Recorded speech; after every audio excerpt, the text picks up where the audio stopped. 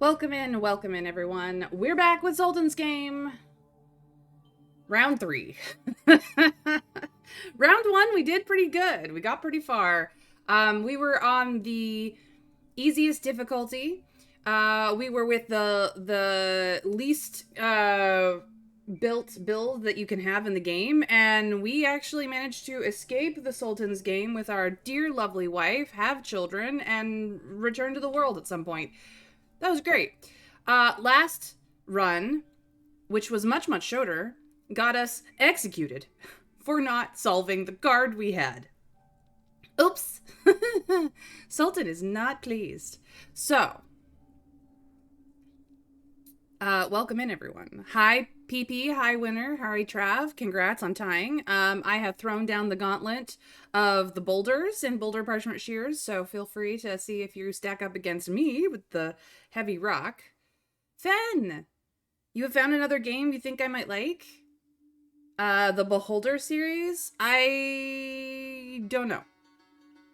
Is it the one where you are essentially a spy in a apartment building? Because then I may have played the first one.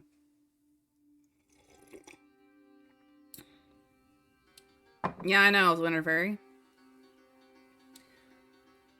Yeah, I've played the first one. It's interesting. I don't know how to actually like survive the game, but it's an interesting game. I knew that they had more than one. I bought the first one ages ago and played it. But yeah, I know about that game.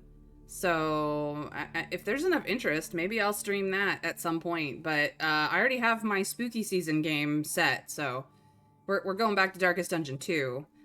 Because one of my community members, who Mr. Scrake, who shows up generally a little bit later than I start, because of work or something, mods Darkest Dungeon 2. So we're gonna play modded Darkest Dungeon 2 for spooky season this year. Yep, state installed landlord spy. It's crazy. But yeah, I've not played any more than the first of the games, and I'm really bad at it. So maybe I'll play that if there's enough interest. But hey, Fen, welcome in. Nice to see you. I know that Dragon is also streaming right now, so it's sweet that you came over here and said hi. Anyway, yes, Stupendium does some good music. You lost immediately. Yeah, it's hard, dude. But we should get into Fate's Ledger. We've got 11 points to upgrade ourselves again for round 3 of this game that kicked our ass. So we can't do the god stuff, and a lot of the, like, really fun stuff are not available, but we could get a bag of unidentified stolen property right out the box. We could. I think that's probably the weakest thing that we could get. Sadly, we cannot make our perfect, wonderful wife, Maggie, a gold card, which would solve at least one of our gold card problems. We could get more money, so that we just have more at the beginning. We could also get either the Lucky Amulet or the Regeneration Amulet. Lucky Amulet gives us +1 of the gold automatic success reroll. Or no, it just gives us a reroll. Period. Whoever is wearing it gets an automatic reroll without having to use an intelligence card. That's what that works. And then the Regeneration Amulet is if you get wounded after rituals, which I'm assuming has to do with the haunted house that we have not yet actually done anything with because it's kind of finicky. We could get one of those. We could improve either of our followers, which we didn't have the points to do last time. So our starting followers, so we could either improve Faraj so that he is a silver, better silver card, or actually a silver card, or we could improve Aziz. He won't get any higher than a bronze, but he will have actual, like, better stats right off the bat. We could also, instead of a follower, upgrade the armor, the ancestral armor, so that it's not just a single physique stone card. It actually gives you some decent stats. We don't have enough for the loyalty card, other loyalty card, or the blessings of the stars, or even additional properties right off the bat, which can help you. We could add more stone cards so that it's weighted heavier to the lower tiers rather than the higher tiers of the silver and the gold card Sultan cards, which is what fucked us so hard in the last round. Oh my god. You can upgrade the armor all the way to gold eventually? Heck yeah. I think that's really it for what we can buy right now. So we could start the first level of something, but not necessarily the second level of something. So what do you guys want? Or do we save our fate points and just hope that the Sultan's deck doesn't roll quite so heavily on the gold silver side of things this time around? I mean, I'm down for whatever. What do you guys think? More stones could be useful. Decent contender.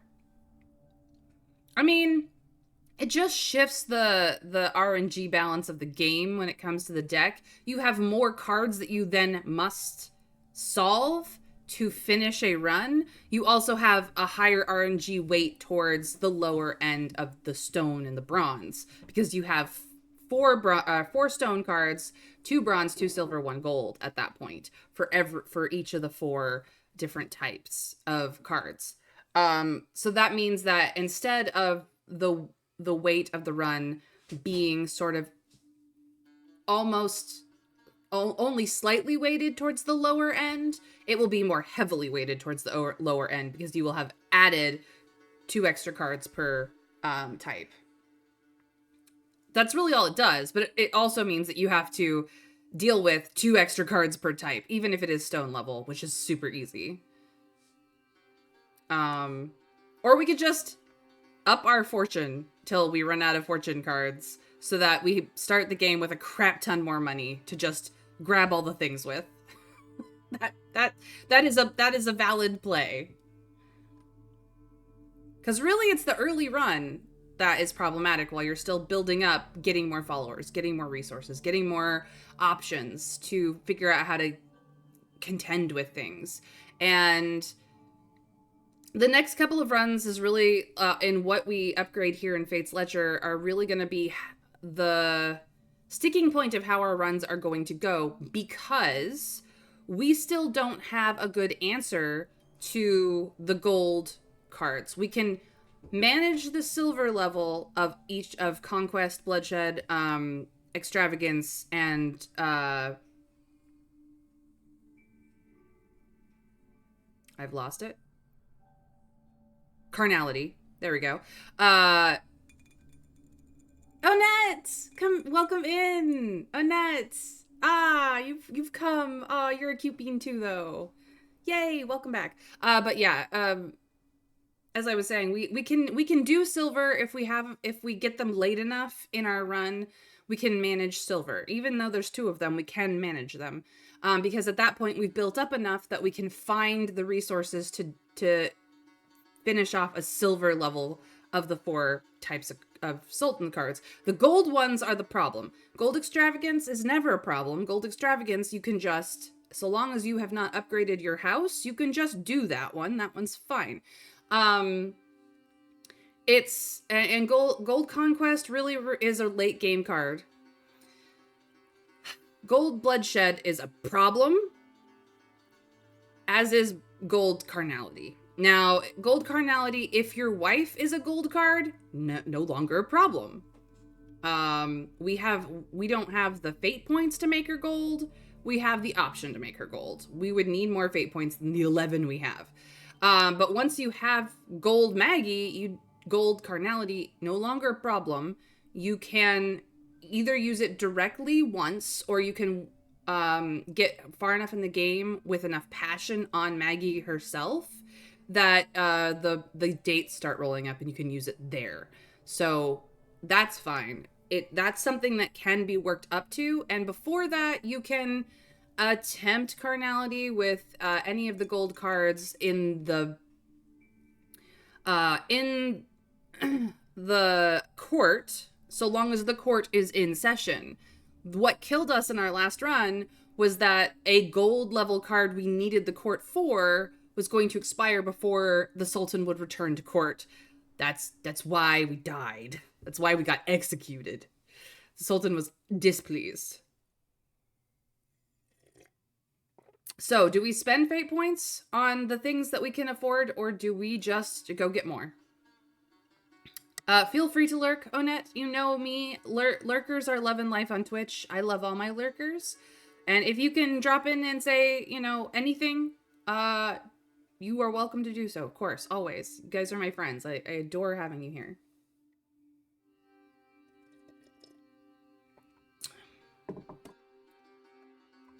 All right. Let's just focus on the boons not owned.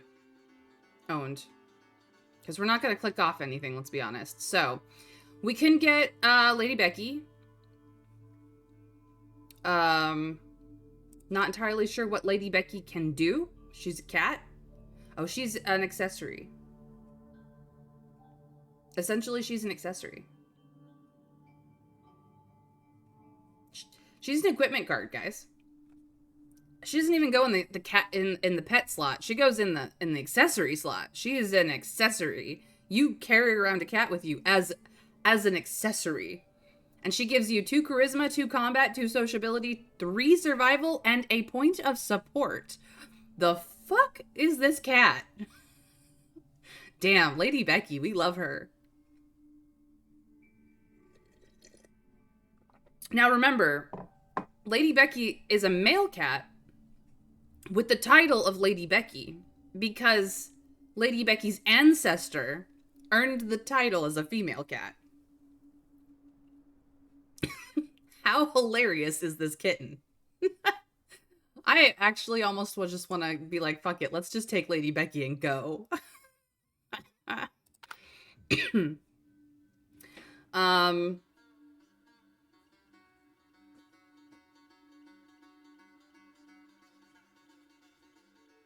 Lady Becky might be the way, you guys. I don't know. God, Secret Tins would be so good, but I don't got the slots for it.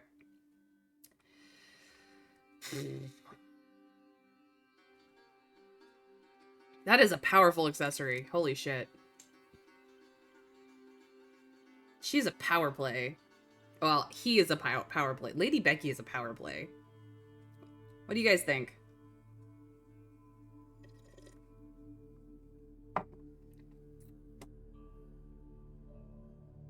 I was wounded by a pack of dogs in the first game, but that's just because I didn't take enough help. I did pack of dogs too early because I thought pack of dogs wouldn't re-roll up, and it does, so. I wasn't worried about it, honestly. You have to get wounded to bring the hospital out as an option to even do.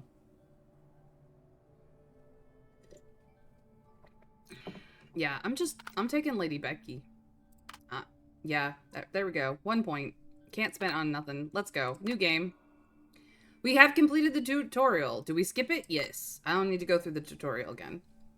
Alright, do we go back to the easy mode? Or do we return to normal and try again? Because that's what, like, our first run was actually on easy mode, which is why everything was so easy. And our second run was on normal mode, so the difficulty curve is very... It's very.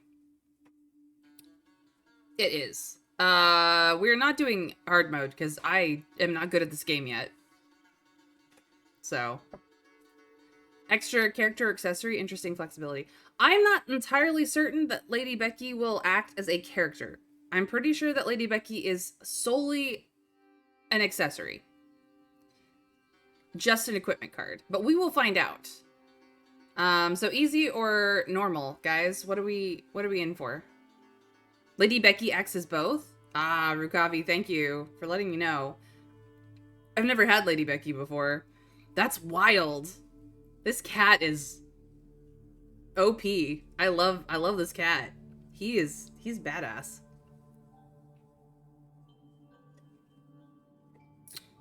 The only cat, Lady Becky, can be used in events like any other character with 2 known exceptions.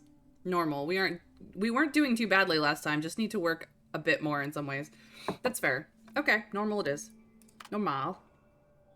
Alright. Your story begins. How will you end this Sultan's game? Will you win by drawing all the cards like the Sultan himself, or... What is our name? Do we go back to the base game Arzu? Or... do we change it up? Oh, Lady Becky's a silver card, too. Cat is so good. I love this cat. It's a good cat. It's the best cat. I do, too. Arzu directly translates into wish or desire. So it's a very thematic name. We did Majdi for our second run. Accepting any and all suggestions, whether I use them or not, entirely up to me. But welcome in, Rukavi, by the way.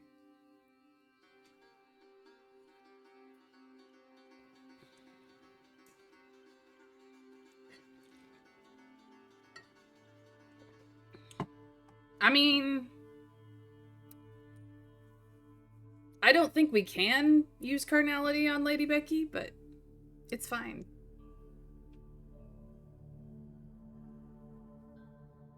A cat is fine too.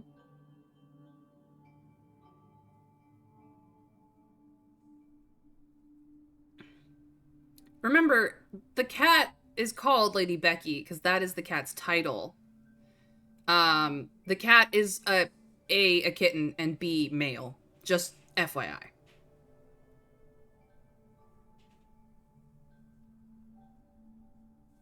I'm not saying that we can't try. I'm just saying I don't know if it'll work. We're gonna get some looks either way. The Sultan will be amused, I'm sure.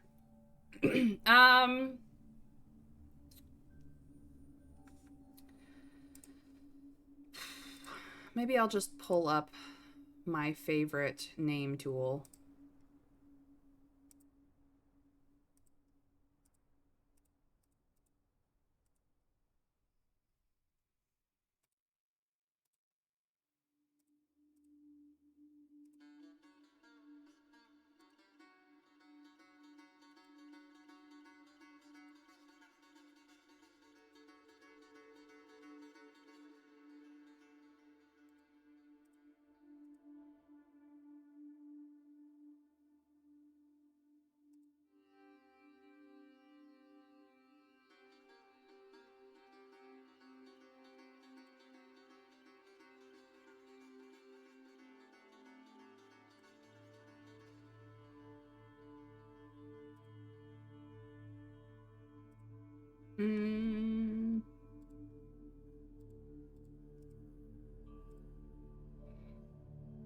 Carnality cards are useful for interacting with concubines in the court, though, as well as unlocking Nabani.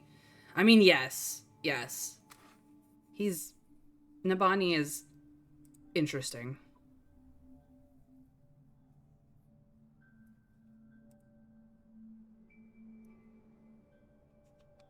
I'm gonna go with Riyadh. It means meadows or gardens in Arabic. Why not? Let's just do something different. Here we go. Behind the name.coms, random your name generator is still my favorite. It's so good.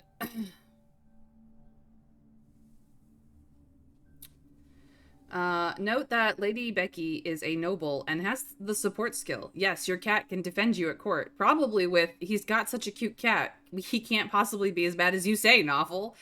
Yes, but only 1 point of support, I might add, Trav. Just one. Novel has 3 points of opposition. He is awful in every realm. He gets his slander every time. It's annoying. All right. Well, we come from a noble family. Where is our origins? Are we in the money merchant, which is what we did our first run? Are we a traditional noble as we did in our second run? Or are we a military family and we just get the really still stone level ancestral armor card? What are we doing? How are we setting up this time? I mean, it's not it's not doable. It's absolutely doable. It's just hard to do it before Noffel rolls up. That's the problem. Like, I have quite literally had 4 support on that noble kid before. Um Geez, what's his name? The one that we have to train at if we get him as a follower for helping his mother. We Fatuma's kid. Can't remember his name right now. But I've had like 3 to 4 support on him before, but it was, yes, Zaki. It was after Nawful had already become my rival. I was like, ugh, why couldn't we have had this beforehand? Because if we can get at least 3 support on somebody as a follower, then Nawful, we can just like every time he rolls up in court, we can be like, no, you do not cause us slander. 3 slander means the Sultan is needing us to prove our loyalty to him by making things complicated. It's not the end of the world. It's just really, really annoying. The armor's not very good right now. The influence would be far more useful if we upgraded that change. Yeah. The ancestral armor is not a good choice right now, but it's still a choice. The influence or the starting gold really is where it's at. We are saving quite a swath of gold because we have the VIP card for the bathhouse. So going to the bathhouse does not cost us anything. And we can send more types of people besides just nobility there. So that is very useful. So it's really up to us whether we want to have more influence or more money. Either way is good. I think gold is usually the best, as you can buy your way up to 5 influence by gifting it to the Sultan 1 coin at a time. Really? That's how you upgrade influence on yourself? Interesting. Maybe I just need to start giving the Sultan all my gold. He's such an ass. Okay, we'll take the gold. We're gonna try a tactic. We'll take the gold. None of these stats matter in the court itself, but what kind of main character do we want? Do we want a words main character who has sociability and charisma and can go sway other people? Do we want a strength based character with combat and physique to go on the many hunts that and various conquests that will be in our future? Or do we want a wise main character who can read all the frickin' books if only we had time to read them? What do we want? Only if you have 5 or less, though? I mean, that's fine. We can spend money on other things first and then, you know, go give the Sultan some money.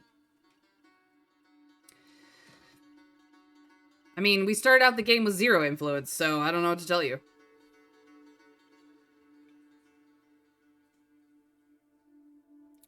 It's fine that you can't infinitely buy more influence. Just if you have none, this will start you out. It's a good mechanic. But what kind of personality are we into? No, I cannot click on his card to show you what his stats are currently. Words of wisdom if you're going with the conservative choice next. That is a good thought, Rukavi. That's a good thought. If we're gonna go with the 3 slaves option, words is the way to go because all the sociability and charisma are on the nobility in the household, where all the rough and tumble ends up being your slaves. If we go with the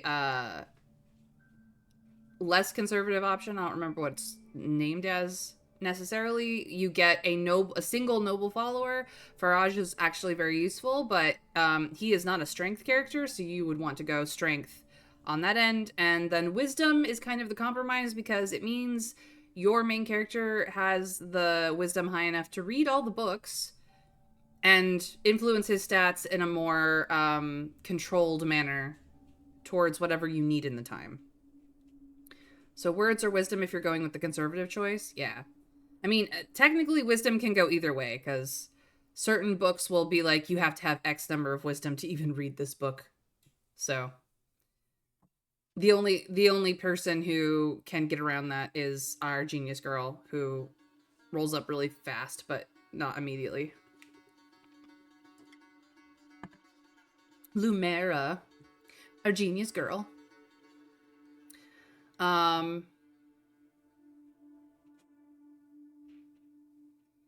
I was actually quite pleased with Aziz and in all. So I think I'm gonna go conservative. I'm gonna go with words. Let's do it. All right.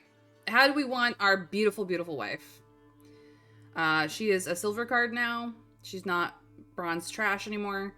Um, we have never gone the Valor wife route. She's never been a kick-ass combat monster for us. We tend to either go wisdom or beauty. Wisdom is if we want her to run the household. Beauty is if we want her to be in the bathhouse all the time. Because, I mean, technically, sociability will work for either house or bathhouse, or for that matter, or bookstore, and things like that. Sociability is useful for both, but wisdom and sociability is for your house. Charisma and sociability is for the bathhouse. And I believe it is charisma and sociability for the bookstore, influencing of nobles as well. Physique is useful only so that, I don't know. I don't actually know why beauty goes physique and charisma instead of charisma and sociability, but whatever. Yeah. Yes, Plague. We ended up needing the Sultan to be back in court, and he just wasn't. And a gold level Sultan card expired into our execution. So we died really hard. It happens. Sultan killed us for not seducing his concubine, or his vizier, or him, for that matter. Any of those three cards would have been fine. He would have been amused. We could have continued. But no, no, no. He had decided to withdraw from court for 5 days. We were fucked.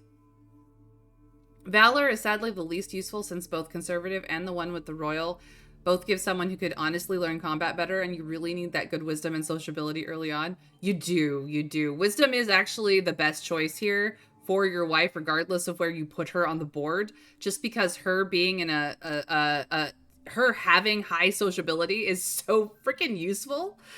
Wisdom and charisma, reasonable levels you can get her at pretty quickly, but having her a high sociability is kind of the most useful that you can do. But wisdom and beauty are equally decent. I just don't understand why the beauty option is physique and charisma, personally.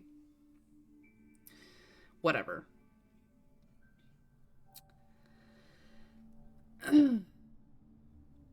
Managing the house for money is so bloody important early. It is. It really is. Wisdom and sociability is great for running the house or chatting up the bookworms. Yes, because the bathhouse is charisma and sociability. So either way, high sociability is the thing you want. It's so dumb. We already did progressive. Or we did not do progressive. We already did conservative. So I'm gonna go with wisdom just because I feel like this is the better part. And also, if she has slightly higher wisdom, she can get into those. You need X amount of wisdom to read this books as well. Because again, Lumera is the only one who can ignore that requirement. All right. The Sultan considers selecting a player as part of the game itself, forcing you to participate in these cruel games on his behalf. He pardons any possible crimes you might commit while resolving a Sultan card, such as murder, adultery, robbery, and hoarding troops, not out of mercy, but out of an expectancy for performance of a lifetime. Remember, you only have 7 days to break a Sultan card, and you'll find yourself just another victim of this wicked game, as we did last session. Oh my god, we died so hard. Here we are, first card of the game. Here's all of what we have to start us off. And here we go. This bitch is out for me. This bitch is out for me. I am aware that physique can mean that you are, like, physically beautiful as well, Plague Doctor. We took Lady Becky. This is the upgrade that we went with. Lady Becky. We spent our fate on Lady Becky. We have a single point of fate left. You cannot buy anything with 1 point of fate. So Lady Becky is the option that we took. Because Lady Becky, I can't show you, but Lady Becky is a person and an accessory. Not a pet slot. An accessory. I have a bloodshed card. And no one to use it on right now. This, if it was bronze or lower, this would not be a problem. Do I change my Sultan card immediately and hope that I don't get anything gold?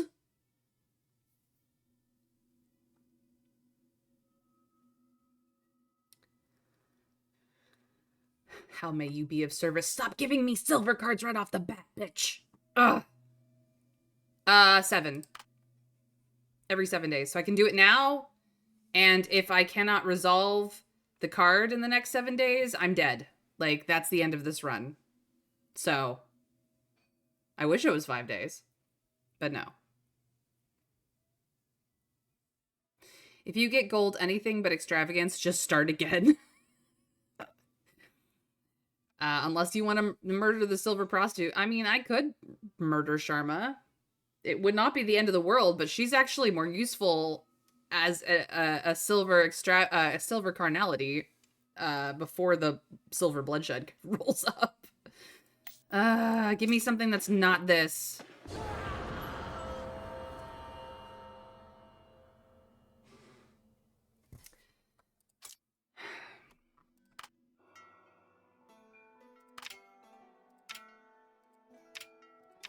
Stop it. I know. You refuse to perpetuate this game and are executed by the Sultan. That's it. Nope. Can't do it. Nope. Fuck this game.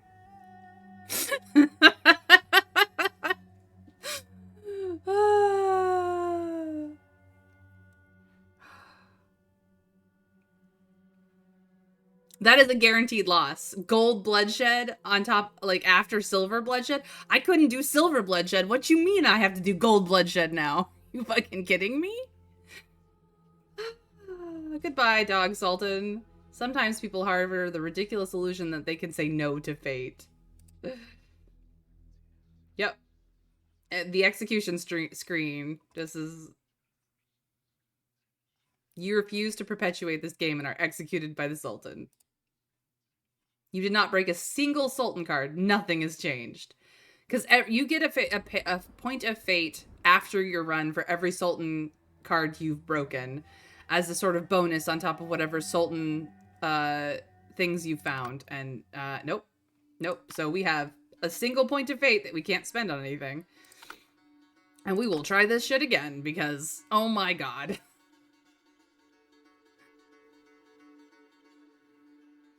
Yeah, no, that early in the game, bloodshed is nigh impossible to do anything about. Like, yes, silver bloodshed card we might have been able to squeak by, but like, as the first card you pull, terrible. Absolutely terrible RNG. And to follow that up with a gold bloodshed as the first card you pull, just, no. No. I would need to have literally Fate's Ledger basically completely bought out at that point. There's no way. There's no way. I mean, theoretically, there's a chance you could get the Vizier really early on and kill him, but you would need to be pretty damn lucky. Yeah. Do I look like I have that kind of luck from those card pulls, Plague Doctor? Come on. We'll try this again. We'll try this again. Okay, I'm going with the name I picked out, but oh my god. Okay, we're back at this point. We're back at this point. This is still run 3, because that didn't count. I'm not counting that as run 3. That's bullshit. Gold or influence? Maybe we'll just... We can buy the influence up to 5. if we have less than 5. Or we could start with the 3 influence right away and maybe get into the prison a little earlier. But I have a tendency of losing influence from the stupid pop-up stuff, so... Nah, but I can get it back. I'm gonna go with the influence this time. I'm gonna go with the wisdom this time. I'm still gonna be conservative. I'm gonna go after the 3 slaves. Now, Plague, this is run 3. That didn't happen. This is run 3. It's fine. Wisdom, because that's the strongest pick for her, period. And here we are. We accept the game. Bitch, do not screw me this time. Do you understand? If you give me anything higher than a bronze card in the bloodshed department, you have screwed me, and I will just start over.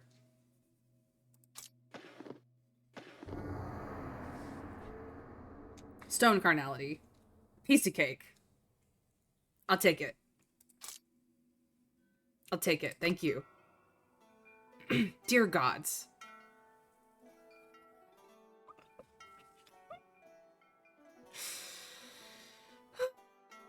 Can't wait for Gold Conquest turn 1. Oh, that's easy. Yeah.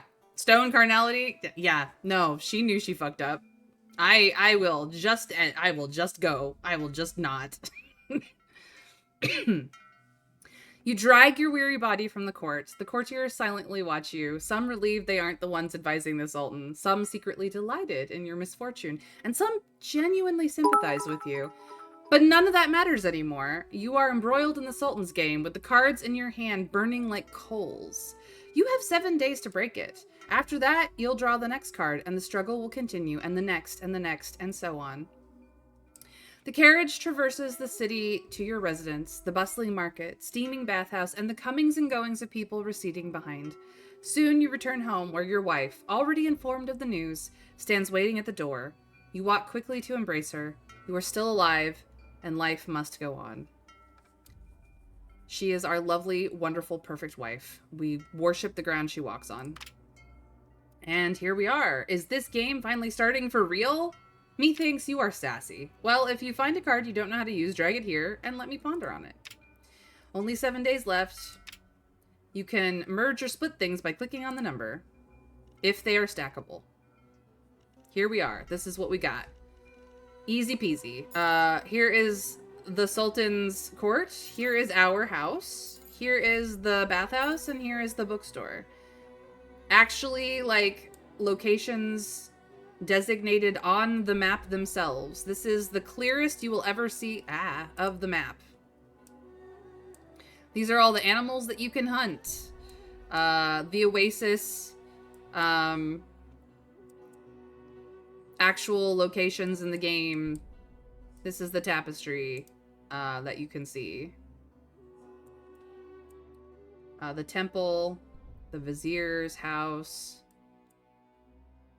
The prison, I think, is technically this area here. Or maybe it's these towers. I don't know. The pleasure house. The dark alley. All kinds of things. My goodness, what is going on over here? Thank you for the bits, Plague Doctor Man. You are still very much the beginning of or number 1 on the bits board. And Rakavi, thank you for the prime. Welcome in. We have a hype train, so if you want to get on the hype train, you can subscribe, you can gift subs, you can bits me. I believe there's a limit of how many bits you need to do it, but currently we have a hype train for the next couple, like 2.5 minutes. So welcome into that. Enjoy yourselves. Oh wait, VIP me is lower price now? That makes this doctor very happy. Yeah, I was wondering when someone would notice that I lowered the pricing of the VIP because it was somewhat unreachable. Last one I made, Aziz, a crazy, powerful warrior man with amazing gear and a ton of books, as he could basically fight anyone I needed. Yeah, he was on his way to doing that until this stupid game screwed me. All right, so I'm gonna try something. Oh my god, that's so fucking cool. Lady Becky. Lady Becky is an accessory. No pet slot required. He is just an accessory, my dudes. That's crazy. That is crazy. Look at that. Look at that. Oh. Lady Becky is the bomb. What does this do to my wife? I gotta know. Oh. My wife. My wife. The powerhouse. Okay. I needed to see. That was cool. Ugh. Jeez Louise, Novel. Really? Really? Right off the bat, this is the worst. I mean, it's not as bad as Gold Bloodshed for first turn, but jeez Louise. The magician is really just dogging me here.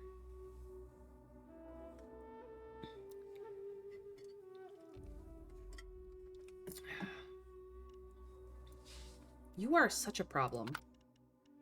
Okay, well, the closest I can get is support 2 to try and cancel out some of his opposition 3.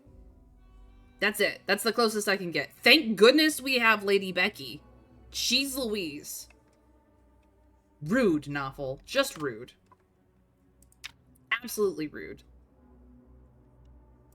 Okay, in all,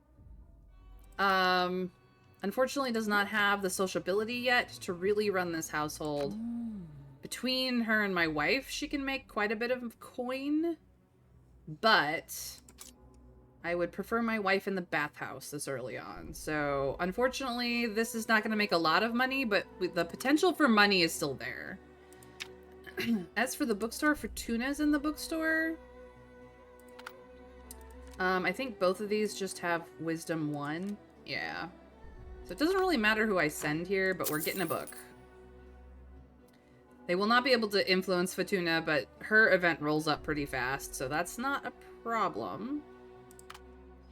Bathhouse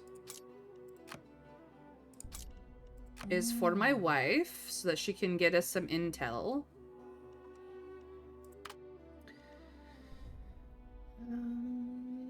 And then Aziz has nothing to do. So there just isn't enough things for him to do. But we have some influence, so assuming we don't flux that up, this is good. Yeah.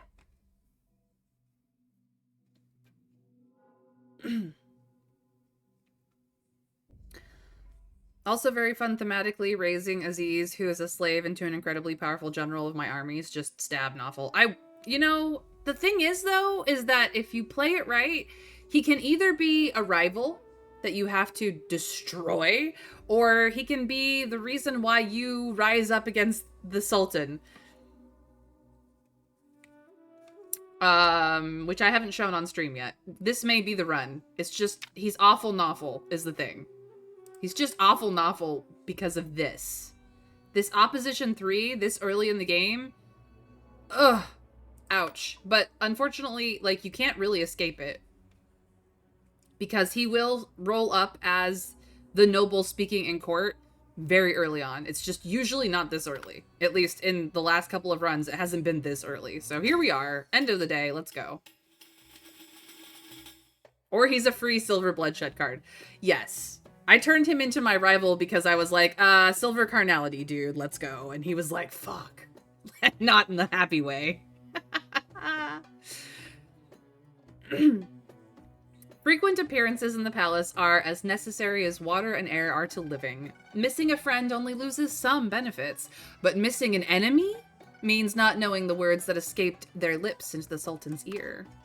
Slander grows by the Sultan's ear about your misdeeds and your disrespect. If there were even one more person to speak for you, it would have been difficult for such weeds to take root, but unfortunately there wasn't, because I didn't have enough support in court. Slander. Palace intrigue has made the Sultan somewhat weary. Ay-yi. But sending someone there at least has one benefit. You can receive useful intelligence in real time. We got some mystique. Turn 1 slander. I know. But it's only 1. It has to accumulate to 3 for it to be actually problematic. But, you know, even getting 1 is a problem. Walking in the Sultan's palace feels like breaking through cobwebs, moving through the gaze of the ministers. In this game, more and more things entangle you. Sure do. The warm flow of water soothes your tense nerves. In these moments of fatigue and relaxation, people are always more likely to let slip their secrets. Here, you can gather all kinds of rumors, as well as tales of unrest, often dismissed by nobles with disdain, stories of bandits, adventures, and demons. If something or someone hasn't been discussed in the bathhouse, it just doesn't exist. It's time to test your charisma and sociability. So we need at least 1 success to get a piece of information. The more successes we have, the higher the level. 2 successes will yield a bronze, 3 a silver, and I believe that's where it tops out. I haven't ever gotten a gold from the bathhouse, but I don't know if it's not possible, or if it's just I've not rolled high enough yet. Creating religious stuff in a TTRPG as a DM is so much fun. Yeah, it is. Playing the gods is fun. You don't know why you always hear about various things. Maybe it's because people don't mind you walking up to them. Silver opportunity. Nice. During your conversation with everyone, you unexpectedly learn about a matter that needs your attention. The stares of people pierce your exposed skin. Even soaking in warm water, you feel them, like a fisherman's thrown spears and ropes. When you rise from the pool, there is a feeling of more and more things tugging and pulling at you, like a voyaging ship pulling at a whale it is hunting. People are still willing to come under your roof and share words, promises, and opportunities. A nod, a word shared, a handshake. Nobles need not labor to make a living. 3 successes will yield the highest of returns, but if we get 1 success, we'll get 2 gold. 2 successes equals 3 gold. 3 successes or more gets you 5. We got 0 successes and no rerolls, so we made 0 money today. No one knocks on your door. Have you lost the favor of this city? Oh, we still got a gold coin. Nice. Something noteworthy has happened. Ah, our neighbor the scholar complained that the feast is too noisy. If we cancel the feast, we get a book, but we lose influence in the court. Asking him to move was less bad than that. Ignoring him, I think we got some intel or something. Deafening him gives us infamy or notoriety. Or both. I'm not entirely sure. I don't think this is the infamy run, guys.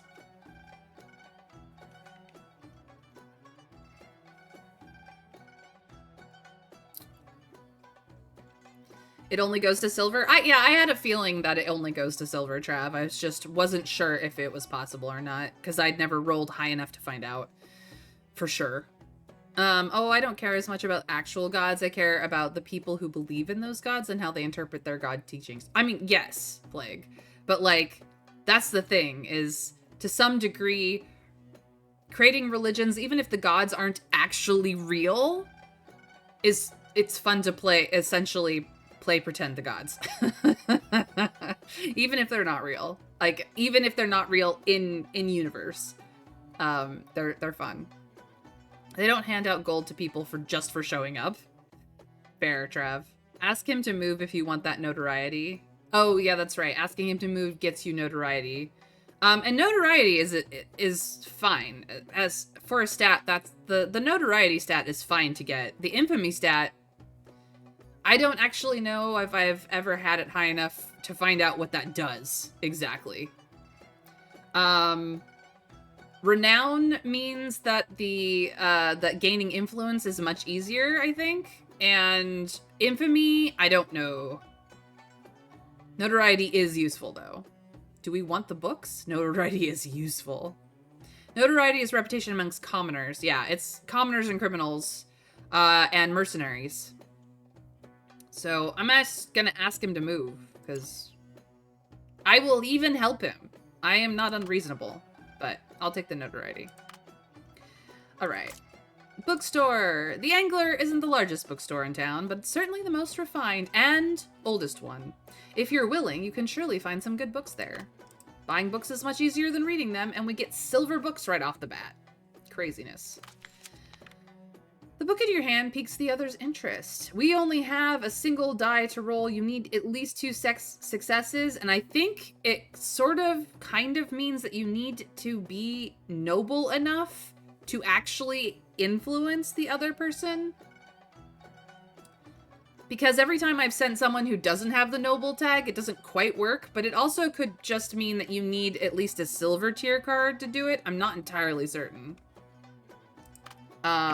But whether we get a success here or not, it's not going to work out. Alas, our tongue does not work.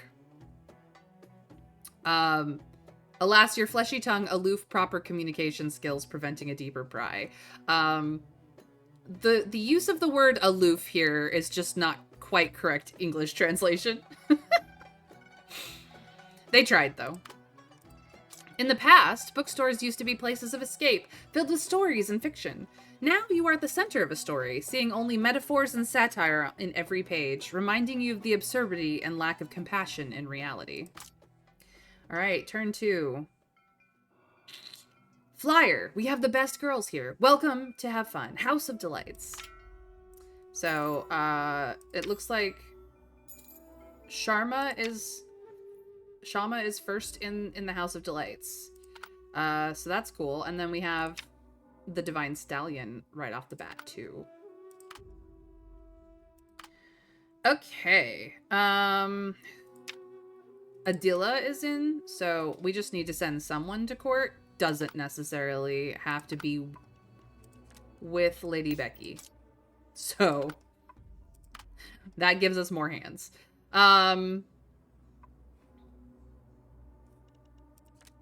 You have 2 points of survival. You have a single point of survival. I have survival.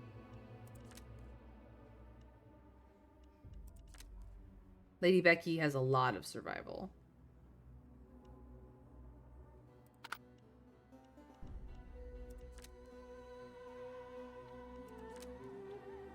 And I believe that you gain survival by doing the Divine Stallion. So what I could do is put Lady Becky on Zephyr.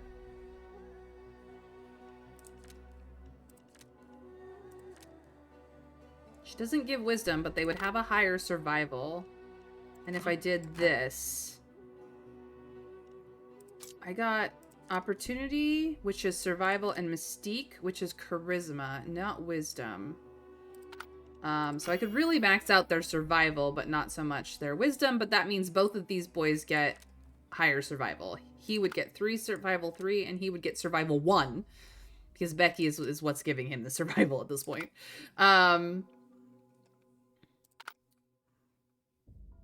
Or I could wait on this and hope to roll up some more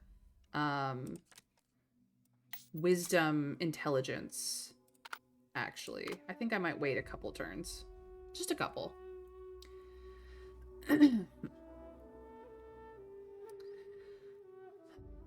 Like one of the branches in dominant religion of my world is called Hortus Arturnus. Believes they are sacrificing things and people to their god when they are actually giving them to a giant demon toad. I mean, yeah, those poor people are never gonna figure it out, are they? Plague, that's brilliant. I would do the Divine Stallion. Infamy is your reputation for being evil. At Infamy 5, you get people trying to kill you. You also get some extra events. Infamy 10 has some combat thing, too. No info. Easy mistake to make. Yeah, very easy to make mistaking demons for divine. Yeah, I had a feeling that, like, going the Infamy route is kind of hard mode. I mean, I suppose it depends on what you are trying to get done. If you have the right build for it, it's fine. Okay. But see, since these two don't have high wisdom, if I give it another couple of turns with like the bathhouse and the grand game and get some wisdom info cards, then they're gonna be better off for the Divine Stallion stuff anyway. However, the Divine Stallion does give a very good buff. Aziz is the only one who can actually, like, have the stallion equipped is the thing. Nobody else has that pet slot. Not even Lady Becky himself.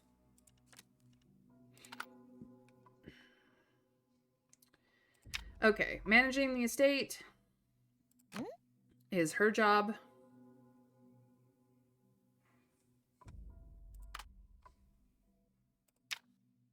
We just have to send somebody to court.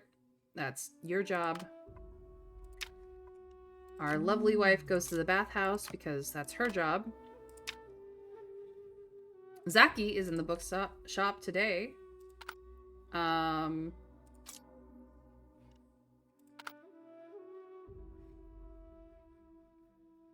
Nah. We'll just go after the stallion. It's fine. We can do it. I actually don't think they need the silver opportunity, but I'm going to use it anyway. It's fine.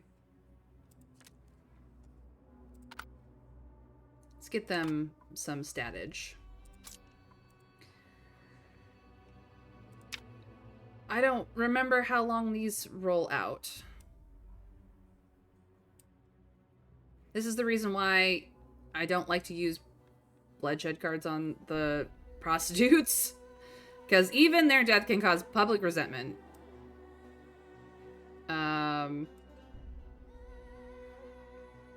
It's random who rolls up on any given day. Okay. Once their passion is ignited, they might open their hearts to you. And then you can get concubines. Hee. Alright, here we go.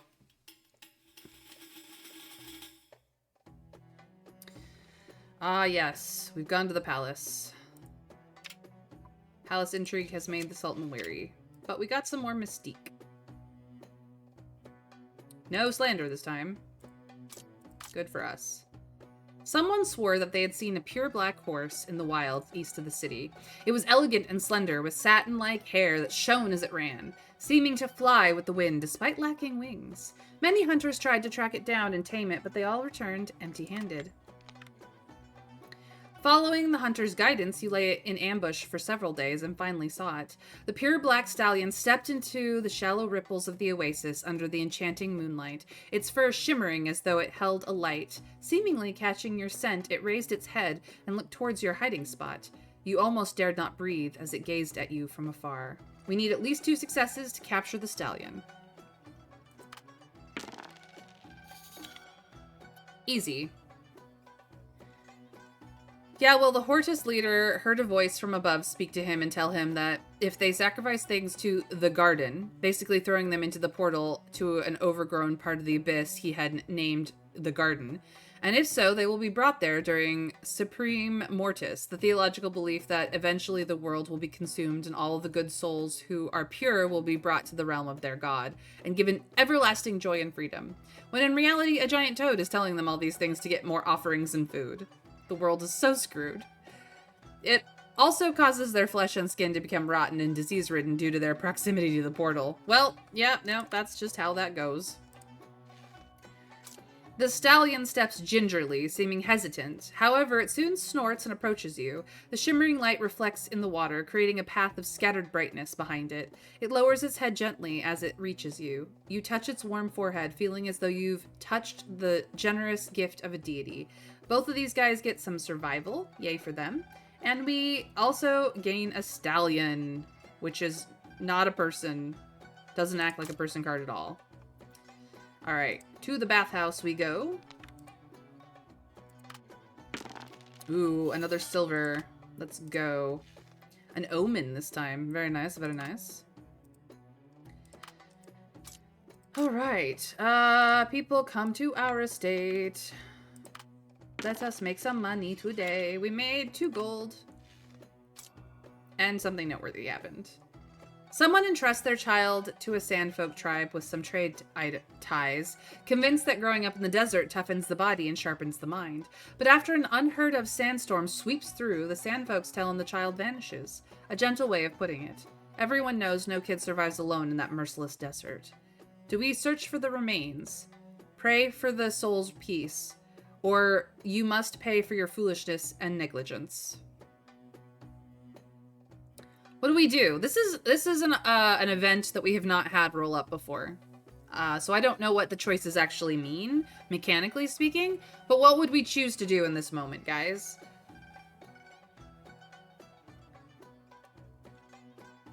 What would we say to this person who has foolishly entrusted their child to the Sandfolk to weather them, so to speak?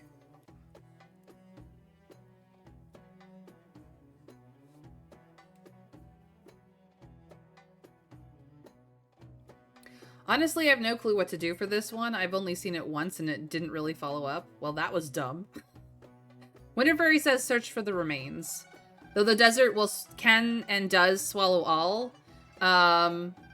we could go search for the remains in the area that the sandstorm swept through. Like Doctor says, prayer for the soul's peace. And let the gods handle it. And Trav says, you must pay for your foolishness and negligence. You're the one who sent your child out into that wasteland. This is what you get for it. Yeah, it's an even spread. And nobody has used channel points to force me to make the decision. Ugh, cheaters. Saving your channel points, and I don't even know what for. I have so many options to get me to ramble, and nobody uses them. Fine, we'll go with 2. Winterfairy, it's fine. Like, you don't have to change your vote just because chat is being stubborn. VIP is in reach now. I have to save May. Oh, Plague. You're adorable.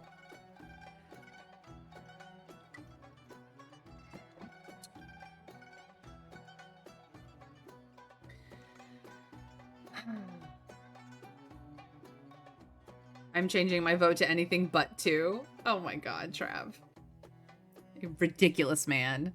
Both you and Winterfairy have quite literally far too many channel points to force a vote however way you wish, and you never use them, so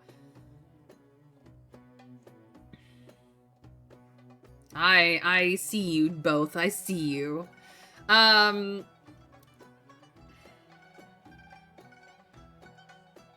gonna pray. I'm gonna pray.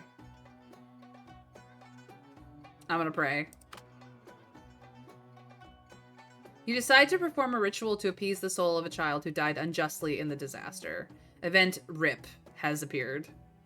Alright, cool. Looks like it's a 7-day event. Okay. So, in the House of Jalites, Jalila has shown up. She's a little high tier for the carnality card that we have. We also have the Trail of the Wolf King, which will sit there until we do something about it, so that's fine. And we have RIP. You decide to perform a ritual to appease the soul of the child who died unjustly in the disaster. Only characters with at least 5 in Magic can officiate this ritual.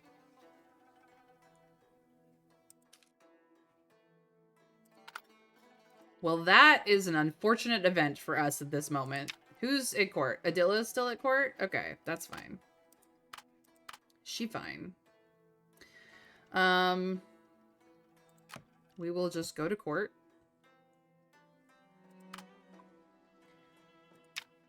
Shama's at the bookstore. Nice, nice. What book did we get? Open-minded?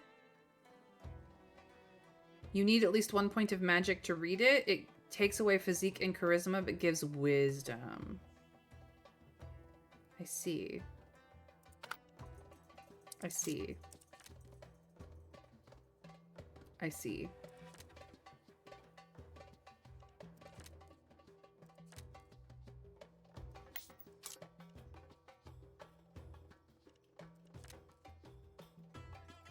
That is very unfortunate for these lower tier servants that we have.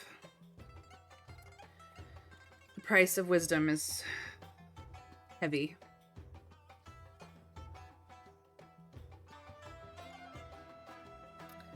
I mean, I know Plague, but I'm not playing Exocolonist anymore, so you can't make me kiss Rex. Maybe there's no way for that family to care for the child, perhaps lack of funds. I mean, thematically, it's just unfortunate is all it is. It's just unfortunate, but it is what it is. Open-minded is great for the bookworm. Yeah, it is. We don't have Lumera yet. We don't have our daughter yet, so there's that. Okay, well,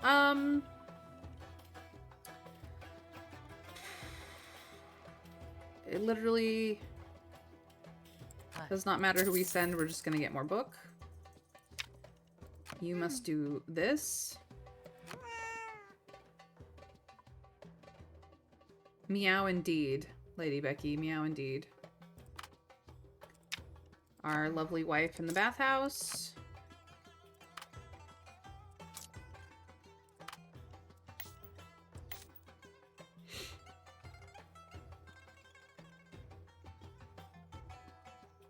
Wait. Wait. No, it's not charisma. Never mind. Never mind. It's wisdom. This horse does not give him wisdom. Does not make him wiser. Wisdom and survival. He's got the survival, not so much the wisdom. We got Silver Omen, which is survival and magic. Okay.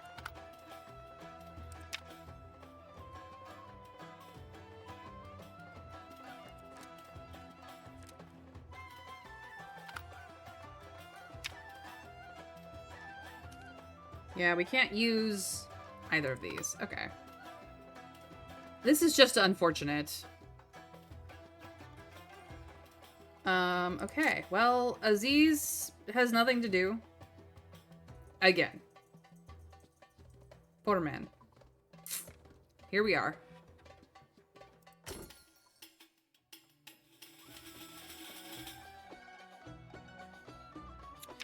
We went to the palace. We got Omen. We went to the bathhouse. My gorgeous wife got us something. Silver intuition. Very nice. Between a cat and a loyal cook, we get 3 gold. Nice. And something noteworthy. 6 days until the Pally expansion. Let's go. Which means we will not be playing the expansion stuff this week, but maybe next week on Friday. I pretty much always make Lumera super high in wisdom and magic and make her that researcher's assistant a lot of the time. Yeah, making her Mahir's assistant is very good. Bet on the girl. Yeah, we forced the nobles to join the game that lost us influence and gained us notoriety. Stopping inhuman behavior, I think, gives you renown, but also lowers influence, if I remember correctly. We've done both of those. Betting on the male slave or the slave girl is essentially participating, but we'll bet on her. Lumera's an excellent candidate for a mage. She is, yes. Infamy. Less notoriety. We didn't have any, I don't think, at all. And we gained money. The frail woman persisted till the end. She won the game, but only lived half a day longer than the other slave. People argued over the outcome of the bet, but no one cared about her life or death. This is not what I wanted. But we made money. Went to the bookstore and got another silver book. And influenced nobody. So, this is not what I wanted. Market news. Commercial Street grand opening, offering diverse, excellent goods at low, low prices. We get the equipment tutorial and also the merchant, which honestly should be stuck up here. And the Vagrant's house has arrived on the map. Okay.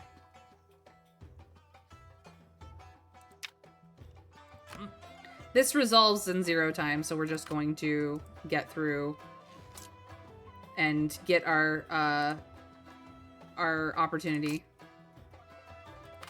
So that worked out because it immediately resolves. Who is at court? Mahir is at court.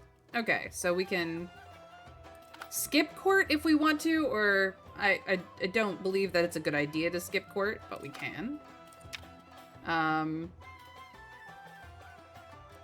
We don't really need to. This is sociability in combat?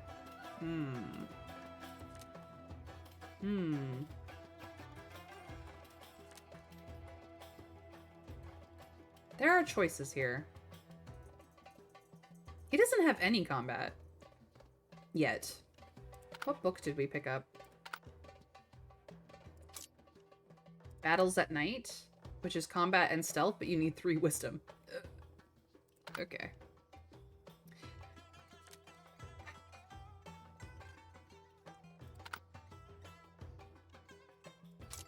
I mean, I could...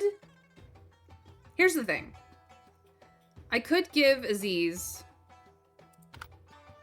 So, here we have Aziz and his stats. I could make him read Open-Minded, then he has a 4 wisdom. Which would then allow him to read Battles at Night, which would give him combat and stealth. I could do the same thing to Zephyr, who already has some stealth as well.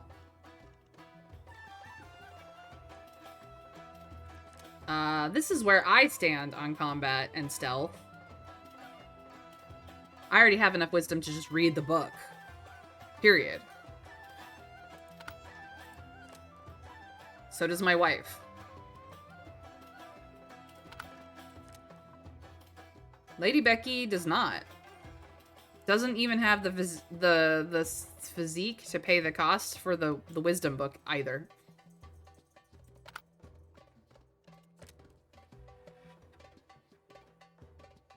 Now, upping Inal's wisdom would help in taking care of the house. But it does mean that she no longer has physique or charisma. Like, period. These are just really awkward books to have this early in the game. Congrats, Plague. That's one of the best gold cards you can have at the beginning of the game.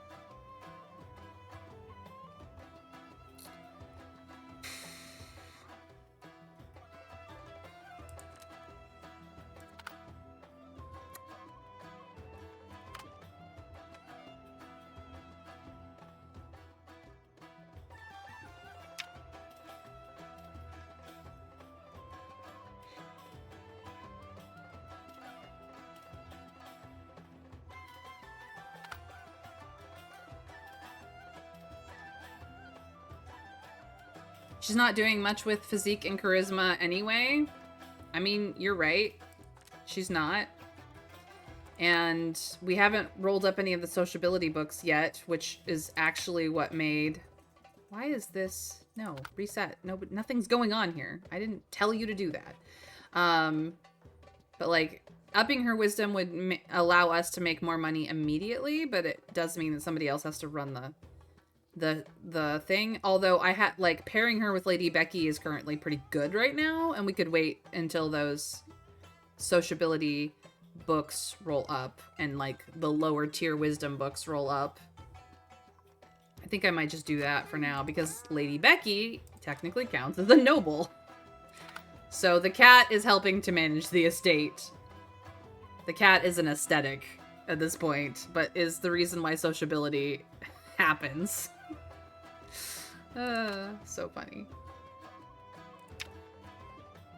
I didn't do that either.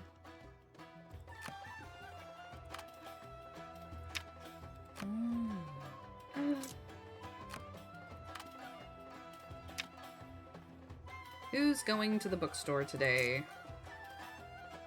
Doesn't really matter. Maybe I will do Aziz this time. Because, like, whether I do Aziz or Zephyr, they don't have enough wisdom to do either.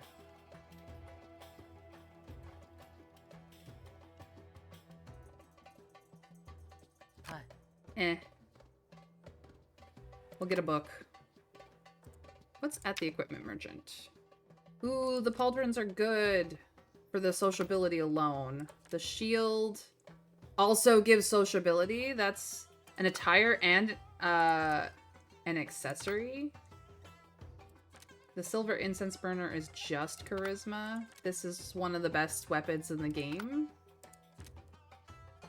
This is shite armor, but I actually don't get a lot of attire. I might have to spend all my coins on these two things because honestly, they're too good. This early in the game when sociability is a necessity. Yes, please. I should have checked this earlier. It's fine. I can reset things. Thank you. Come again. So, okay. Watch this shit. This gets crazy. So, she gets a shield. And suddenly, she can handle the estate all by herself, but Lady Becky just makes it better. And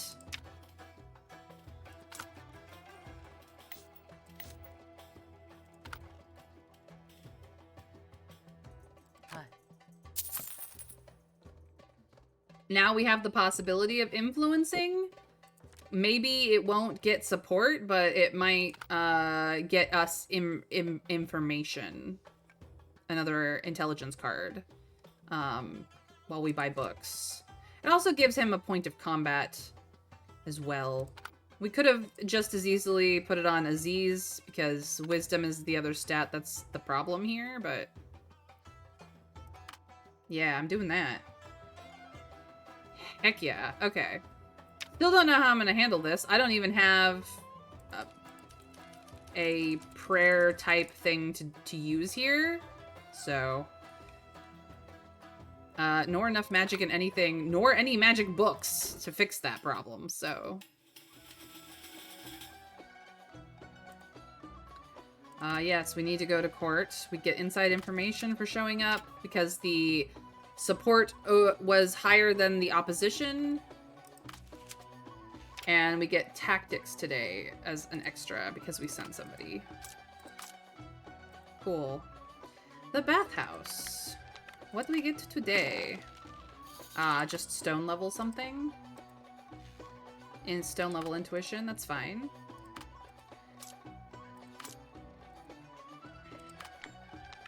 Let's see if we make real money today. No. 2 coins. We're broke. And something happened. Ah! 2 people in the city are arguing. One claims that his neighbor stole his sheep. And the neighbor says he abandoned the sick lamb, and if not for him taking it in and treating it, the lamb would have died in the desert.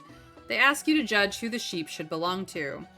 Does the sheep belong to the original owner that abandoned it? Because he was the original owner. Does the sheep belong to the neighbor who nursed it back to health, now that it is a healthy, useful sheep? Does it belong to us because they asked, and that is the payment for the ask? Or do we butcher the sheep and divide the meat equally so everybody gets a piece of the sheep and nobody can complain about it anymore? Plague says, the neighbor gets it. He spent the work, the time, the effort. The neighbor gets it. The original owner is an idiot. Rakavi agrees. Alright. Let's neighbor it up then. We get the renown. The money and effort spent treating the sick lamb is enough to persuade you that the sheep should belong to the neighbor. The neighbor thanked you for your fairness and left contentedly with his beloved lamb. Original owner, it was theirs, it was lost. People should return lost property. The neighbor wasn't asked to raise it. Yeah, no, the original owner was like, well, it's lost. I'm not gonna worry about it. Write it off. And then, when his neighbor turns around, has not only found the sickly thing, but nursed it back to help with time and effort, is like, and can now be a productive member of his flock again. He's like, no, it was mine the whole time. And the neighbor, well, let's just say that I'm pretty sure that this is Hasan. This is Hasan. So, we didn't make a lot of money, but we still gained in ways that we don't yet know. Another freaking silver level book? What is this bookstore doing to me? Ugh. Was hoping for more than that. Oh well.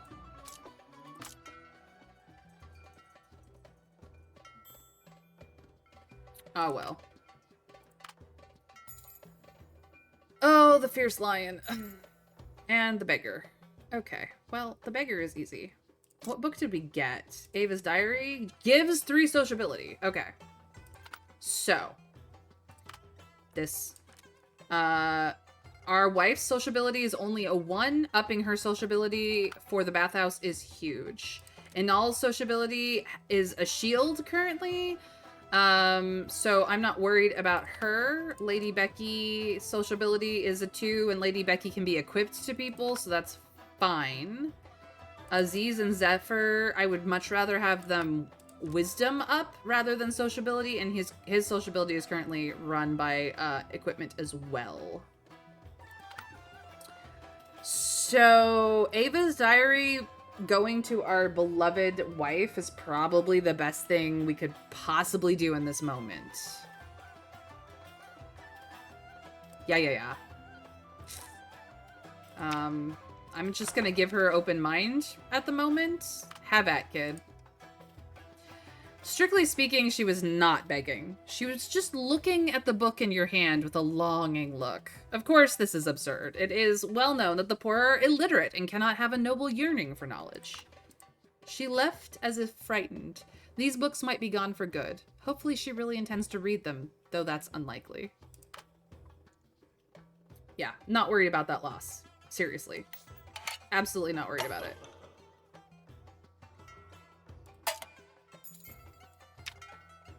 My dear darling wife, get social. Yes, indeed, meow. Who's at court? Lazig? The Chamberlain? There's no opposition in court today, but we would like the extra intelligence cards, please and thank you.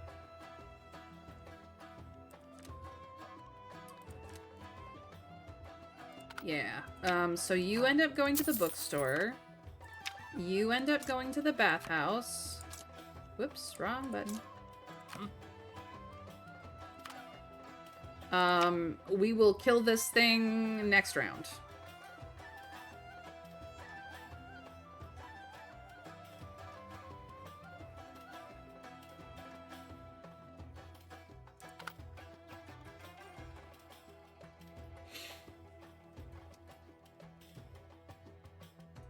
Yeah, those equipment items that I just paid practically my whole wealth for are already paying for themselves, so it's all good.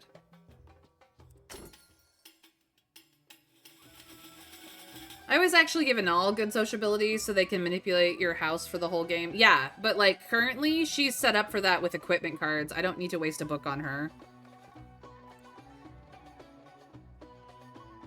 Right. We get inside information and mystique from the palace, from the court, today. In the bathhouse, if we can at least get 1 success here, we can get a piece of intelligence. Aziz, you have failed me.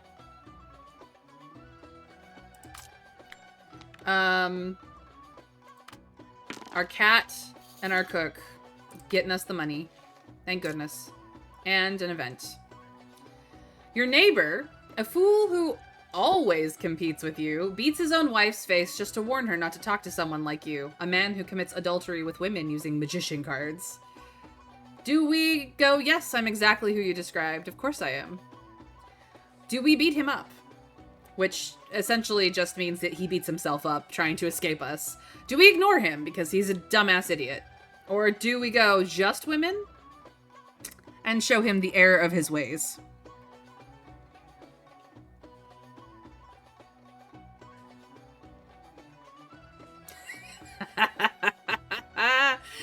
Just women? As you wish. The bookstore! Another silver book. No. No information. Oh well. Look, our wife is amazing. Look at our wife. She's perfect. And doop. Look at our wife. She's perfect. Look at her. She's perfect now. Perfection. The music has changed up because it's the last 2 days till execution day. It's the game trying to go, you need to do something about this before you die. We're definitely going to As You Wish this because it's hilarious. I was hoping to get this event just for this carnality card. That asshole is going to die. Duel is in court. The Vizier and Zazie. All the golds are in court today. We could skip court. I'm actually just gonna send Lady Becky. Because he's fucking most badass card I own. No, number 4 is really like just desserts sort of level of you are a dumbass sinner and here is the price for your sin sort of thing. Like, you thought it was just women? You thought I'd target your wife, neighbor? Oh, no. You're the dumbass who's getting targeted. Scream for me. It's so fun. Am I that petty? Yes. Okay, so we do need to kill this thing. It requires physique and combat. Here we go. These two are gonna rock this thing's world. We don't have a conquest or extravagance card, and honestly, the extravagance card is an interesting route. We've done that before, but I don't recommend. So we actually want more combat for these guys. I kind of wish I had a higher level. Oh, I have intuition. Never mind. I was like, I kind of wish I had a higher level tactics. But no, intuition is also valid. So that will work out really well. They just don't have freaking weaponry. So they will go take care of that stupid lion. Which leaves open my gal, who is a little less strong in the sociability for not having Lady Becky as backup, but will do just fine. And my wife, who is lovely and wonderful and can do all of this for me. I do have some amount of money, of which I can only afford this leather armor. And I'm actually tempted by the leather armor because there's not enough attire in this game. There are a crap ton of accessories, a decent amount of weaponry, but when it comes to actual attire level stuff, not a lot. So I might just grab this leather armor before the equipment merchant refreshes just to have another attire for somebody. Yeah. This is not...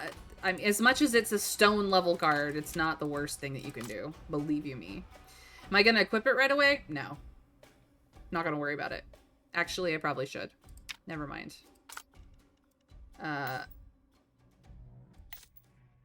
Aziz, have some armor before you go. There we go. Before you go. All right, so we've got shit for cash, but we've done some things. We don't have anyone to send to the bookstore. Jabal is in. He's one of the Sultan's honor guards, the adventure enthusiast. He's actually really good to kind of court, honestly, but we don't have anyone for the bookstore today. We've got people doing stuff. So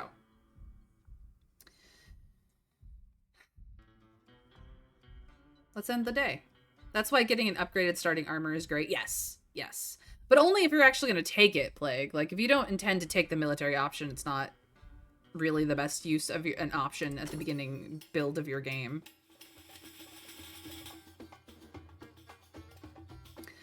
A lion, banished by its pride, approaches the human city during the dry season, desperate for food.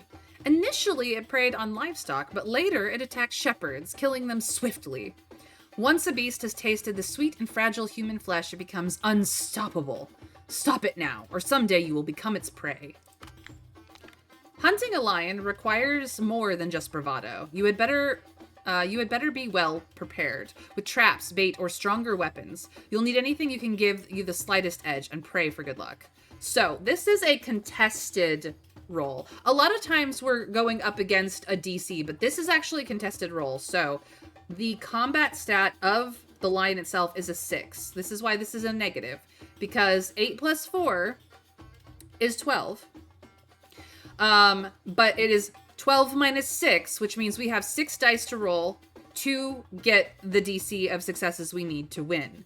So this is the game mechanic that confuses the most people because of negative numbers being involved. But honestly, it's just their stats, how subtracting from our stats to give us the pool of dice that we roll for our successes. So that's why I like statted them up so hard so that we could at least win.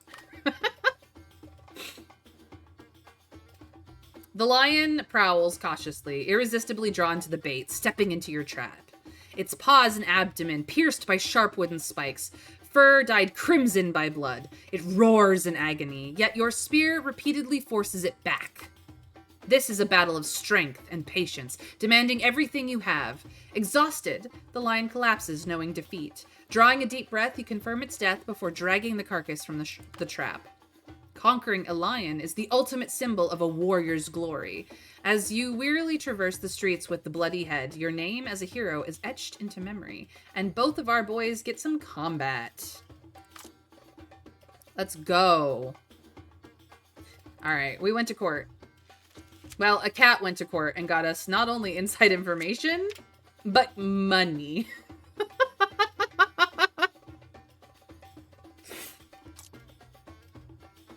Lady Becky sometimes unexpectedly gets rewarded for doing something herself. No one thought there was anything wrong with Lady Becky's appearance. Walking in the Sultan's palace, just showing up to the palace gets us money. Oh my god. Lady Becky is so OP. Buy Lady Becky as early as you can in your runs, guys. Lady Becky is the shit. Let's find out what news we get in the bathhouse now that our wife is absolutely amazing. Ooh, silver level intuition. Let's go. People coming to our estate.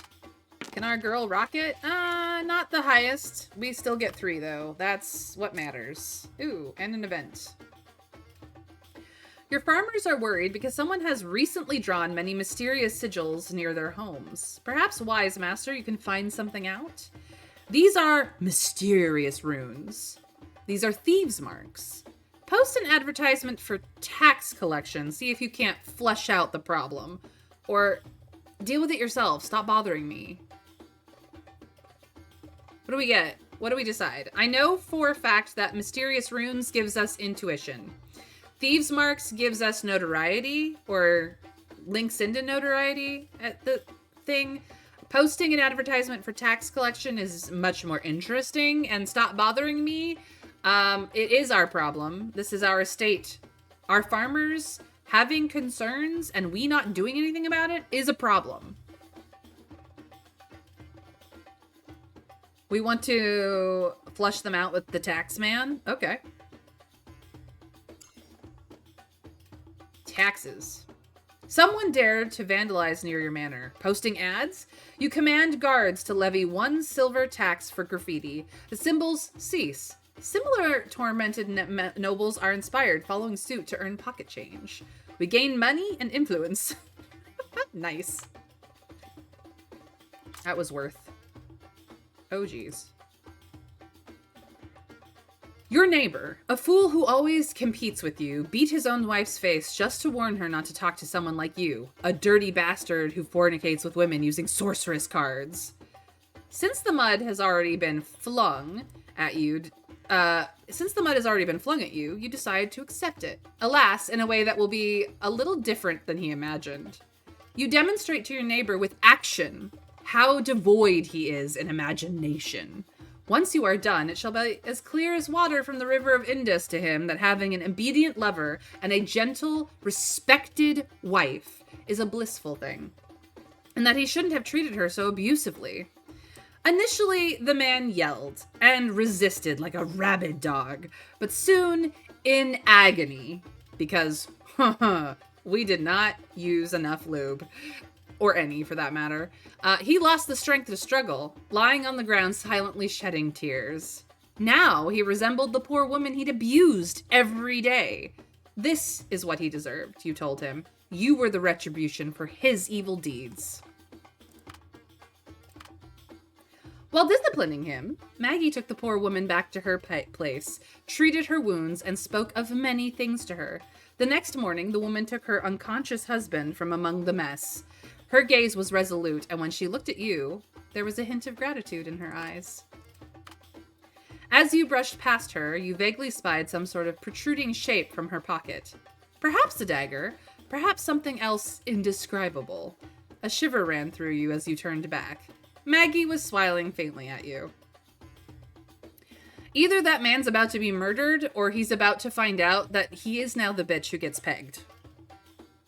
Either way, good for her.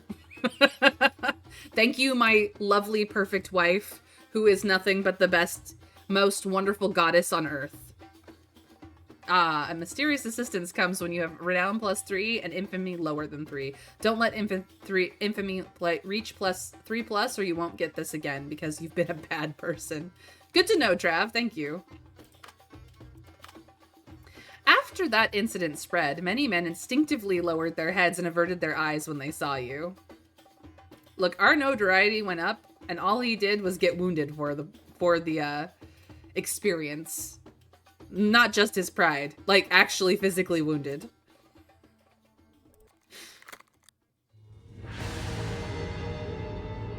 It was very carnal what we did. It was not pleasurable. At least, I don't think it was pleasurable for either of us. Let's be honest.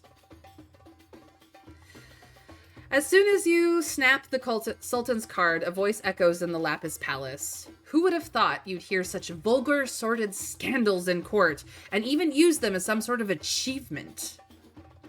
Your political enemy, Nawful, is shaking his head, casting a sharp look around all the courtiers. Meanwhile, the nobles lower their heads, hiding the he's at it again reflections in their eyes. Nawful once more kneels before the Sultan, his spine rigid, his voice clear and firm. You must not let this absurd game continue, your majesty. Please rescind the power you granted Raid. He should not be pardoned for the crime of adultery for the game. He suspiciously pauses before bowing his head. This is the king's privilege.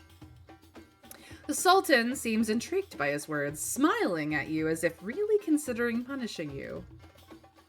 So, this event, depending on what Sultan's card you break after you've met Nawful in court once and run up against his slander of you, this is what shows up. I believe the last time we did a either a bloodshed or like a extravagance card right after running into Nawful at court.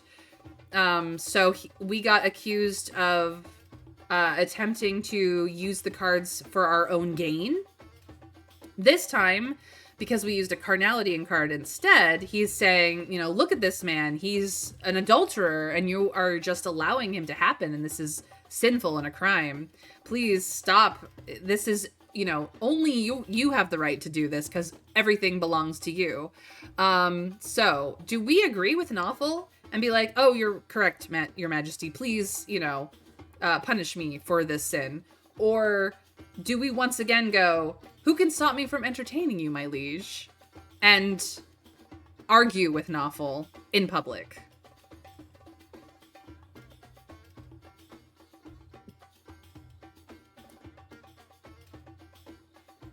So what do we want to do, chat? This is where you can influence me to make decisions. Dragon, welcome in. Thank you for the work. I appreciate you, Dragon.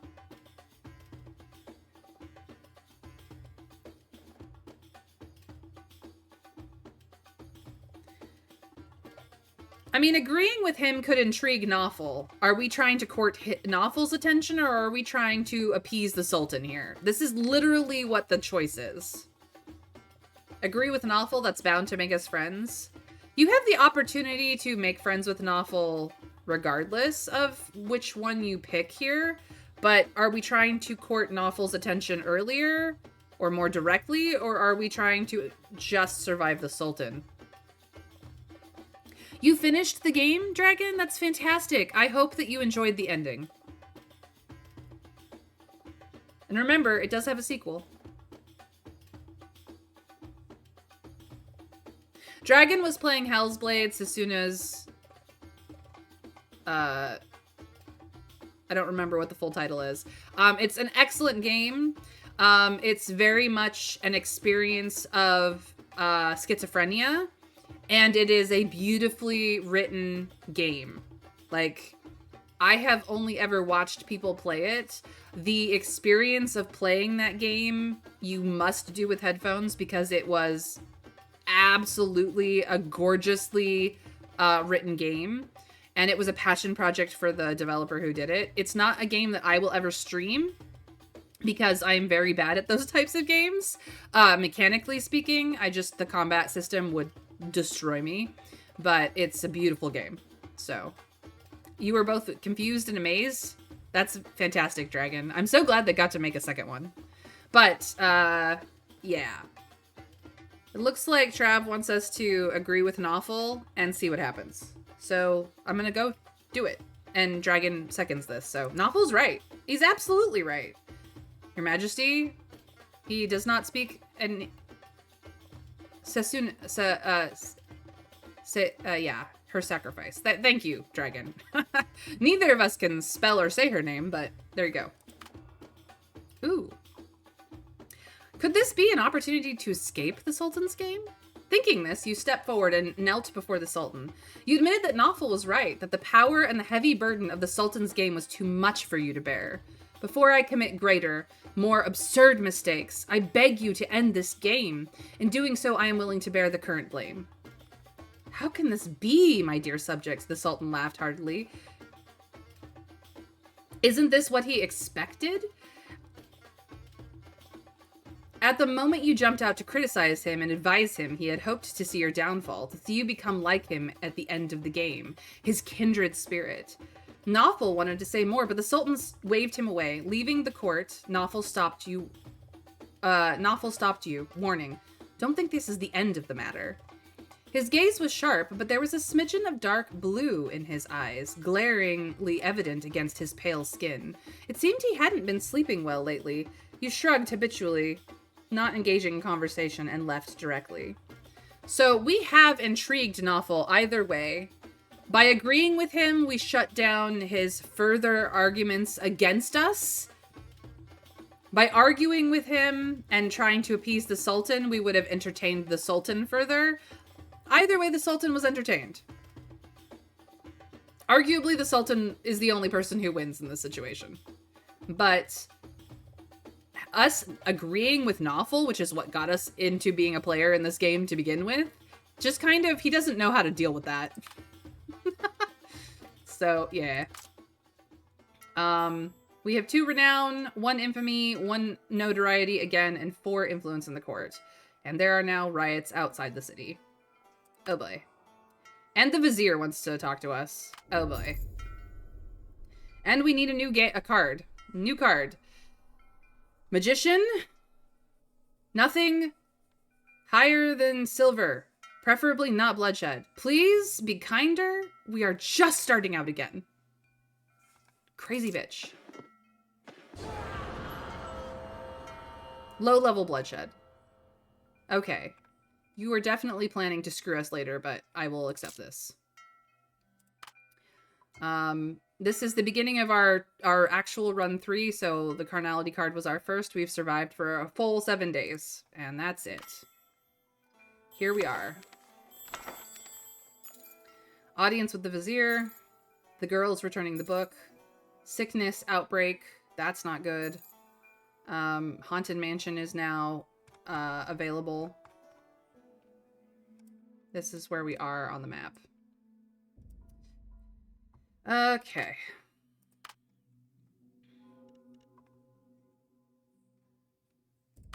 And here is what we have.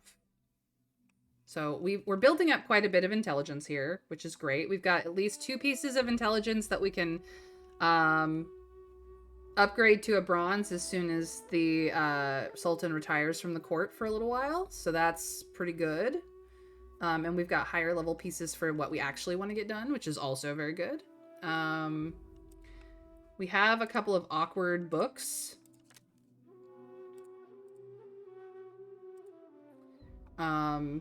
You need at least 1 point of magic to read the Book of the Desert for its survival, and you need at least 3 points of wisdom to read this for combat and stealth.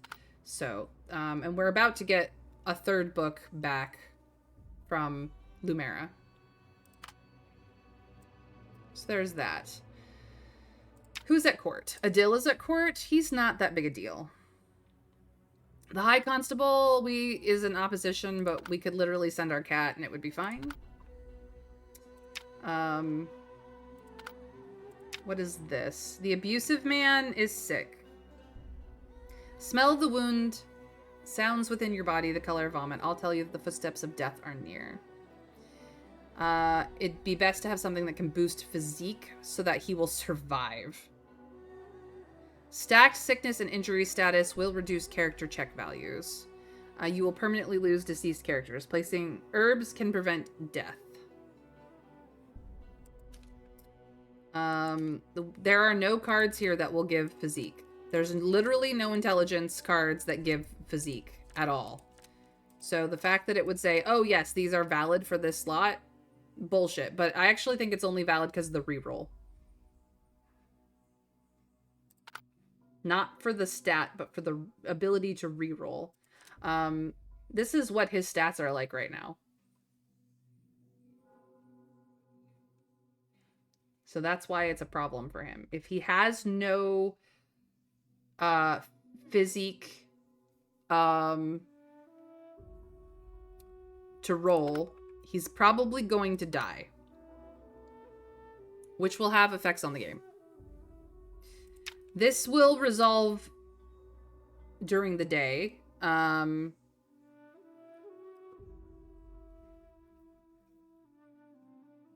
This is an excellent target from harm. Besides your conscience, no one will blame or retaliate against you. After all, the Sultan's game thirsts for blood, and it is good if inconsequential blood can be used to satisfy it. So, this, I could use a carnality card. I could use a bloodshed card. I think I can even use an extravagance card here. Not a conquest card. So I could kill the girl in rags. Just outright dead. And take my book back. But I'm not dumb.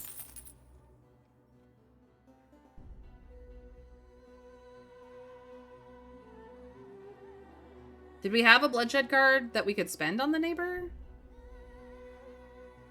We give the girl cash. No other outcome is acceptable. Well, you have to remember that this gold coin that we're spending is... We don't give her the cash. We spend gold coins on her to adopt her, to buy her a wardrobe, to bathe her in expensive oils and herbs, so that she becomes essentially a member of our household and is no longer an orphan on the street.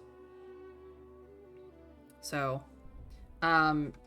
you know, she is the girl in rags, but we know that this is Lumera, the genius girl who can read any book. So the only outcome here that is reasonable is spend the money. Can we use this bloodshed card on it? No, we cannot. I cannot sacrifice the abusive man here. This will resolve regardless. I can, unless I have herbs, I can do nothing. We have not had the, if we had gotten the snakes early on, we could have had the herb, but we don't have it. So that's going to resolve regardless of what we do.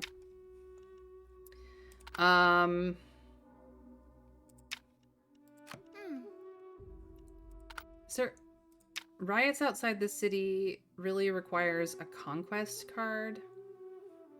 I have a couple of days if I can deal with this bloodshed card. I do not have access to any prisoners or the prison.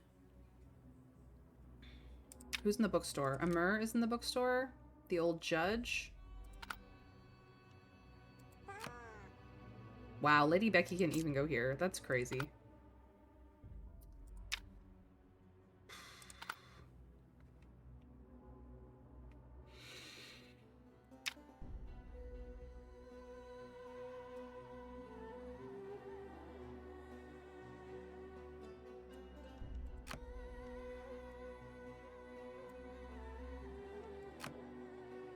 But then,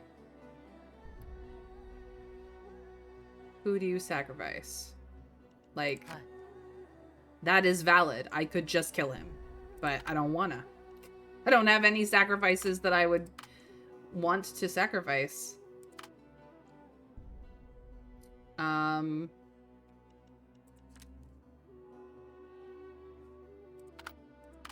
This is annoying. Okay.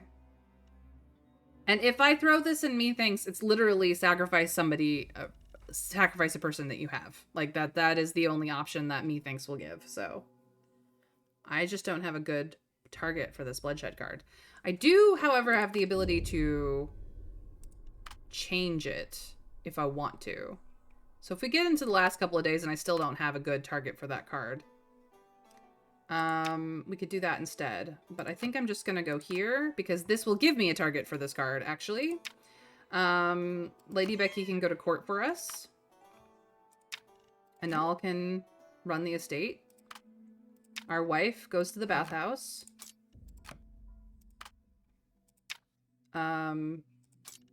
Zephyr runs to the bookstore for a book. And Aziz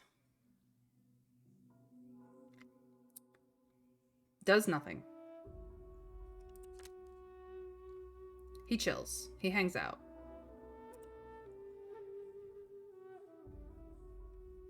Sickness outbreak is going to do something bad for us, but we'll have to handle it as and when. We don't have a good option for that.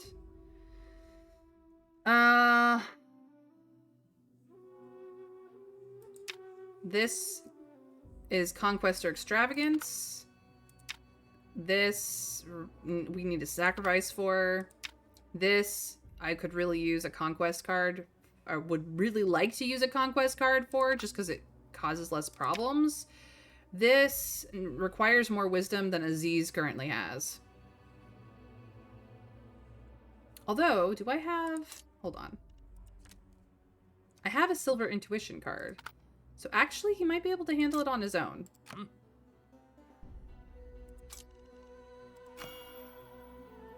But it starts a quest that maybe Aziz and Zephyr will have to finish together. I could not do the bookstore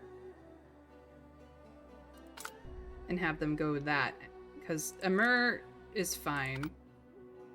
I would love to have the book, but maybe we just start this and give them something to do. That might be for the best, actually. I'll do that instead.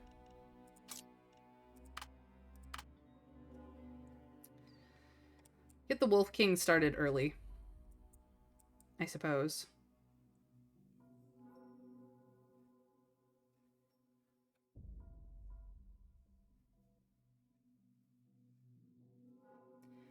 Yeah, she's one of the best companions for the early game, even with the stone bloodshed. It's a bad use on her. We'd have her if we didn't give cash, but she'd just be a servant then and nobody special. Well, here's the thing though, is even spending the cash on her, she does not get the noble tag. We adopt her as our daughter, she still is not considered to be a noble, and she ends up being nothing more than a follower anyways, but she's a very powerful follower, or I should say a more powerful follower. I think if we don't spend the money on her, she stays a stone tier card. Because we spend the money on her, she becomes a bronze tier follower, which is much more powerful. So like that is really the difference, I think. Anyway, we've done all the things. Here we go. Here's the outcome. The Wolf King has emerged in the prairies, rumored to possess human-like wisdom. Whenever someone tries to hunt the Wolf King, it becomes aware and completely vanishes. If the hunt fails, it's likely that the hunters will be surrounded by the wolf pack. We must search for the wolf's den. We need at least one success to find the target, and we've got 10 dice to do it in. Easy. We found the location of the wolf's den. Time for the next step, the raid. And they both get a point of survival, which is good for both of them, so... Those boys, they're stacking up to be a very good duo for us to send out into the desert and do things. We go to court, and we get influence. All the absurdity of endless debates and debacles have left the Sultan thoroughly exhausted, so he will probably relieve himself of the court for a few days. Your recent actions have not aroused any suspicion from the Sultan, and as such, your influence has increased. Lady Becky sometimes unexpectedly gets rewarded for doing something for herself, and she makes us money at court. It's the most ridiculous thing. Hey, PP, it's going good. How is your Wednesday going? You gonna hang out with me today? I would love to have you. No one thought there was anything wrong with Lady Becky's appearance. Of course not. It's Lady Becky. He is the most ridiculously powerful extra friend you can have. Yes. PP, Lady Becky is a boy kitten. But his ancestor a few generations back is, was a female cat who earned a noble title. The title of Lady Becky. So the title gets passed down to one of the kittens in every consecutive litter, and it has just rolled up on a male kitten this round. So Lady Becky is a boy cat, and we love him for it. He is so good. You're sad. My beta for Crime Scene Cleaner came to an end. Oh no! I know you were enjoying that game, even if I can't really watch it. But I hope that you enjoy the game when it comes out fully. Alright, what happened in the bathhouse? What information did we get? Oh. My wife. The best wife in the world. A silver secret. Oh. My wife. The best wife in the world. She's the best.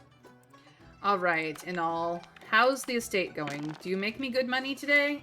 You make me decent money today. It's all good. And something noteworthy has happened. All right. There is a dispute at the city gate. After inquiries, you learn these travelers want to enter the city for pilgrimage, but cannot provide a guarantee. The guards firmly insist that they might be spies and refuse entry. A guarantee?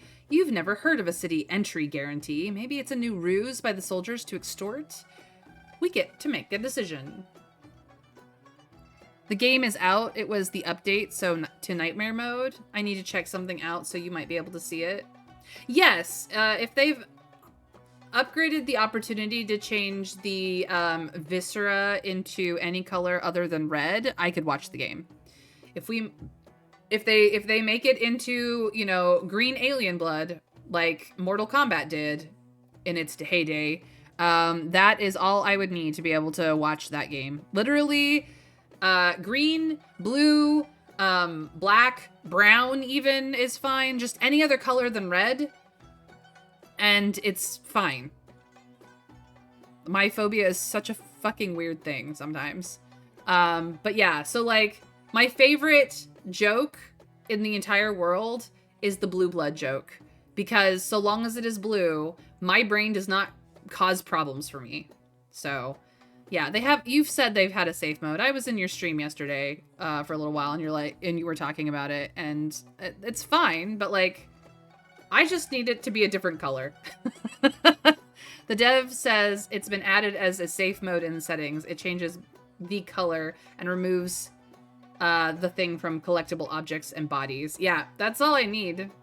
It's just a color change, color swap, and we're good. Although the fact that they went one more to limit the implication of it on objects is nice. Though, Trav, you should know better than to use the B word twice in one sentence. Like, stop it. My policy on my phobia is everyone gets to say it once. And past that point, I get to be a bitch about it. So sorry, Trav. I get to be a bitch about it now. You know, the more people that say it, the more likely that I get real squirrely, psychologically speaking. So yeah, as long as you have safe mode on, PB, I will watch anything. But you know, it's blue and purple and green. Yay! Oh wait, you have a phobia? Yeah, I do. It's the bloodshed card in the Sultan's game is problematic for me, you guys. Come on. The fact that they don't get very visceral in their descriptions of you sacrificing people is the only reason I can play this game. And quite literally, the only reason why I can do, like, Darkest Dungeon as well. So, yeah, hemophobia is the worst fucking phobia. Like, you guys think that fear of spiders arachnophobia is problematic? No, no, no, no, no. No, no, no, no, no, no. Hemophobia, fucking worst.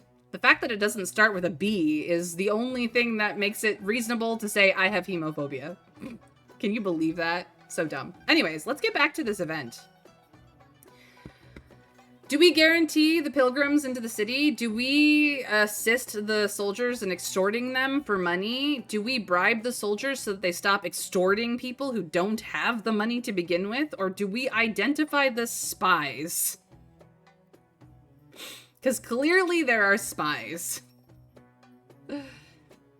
Yeah, so long as it looks like paint, I got no problems.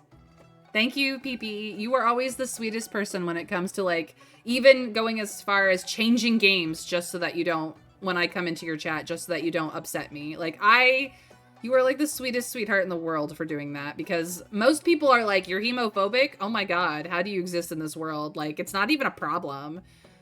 Because slasher horror culture has, like, taken over everywhere, and I'm just like, I'm sorry, it's not something I chose.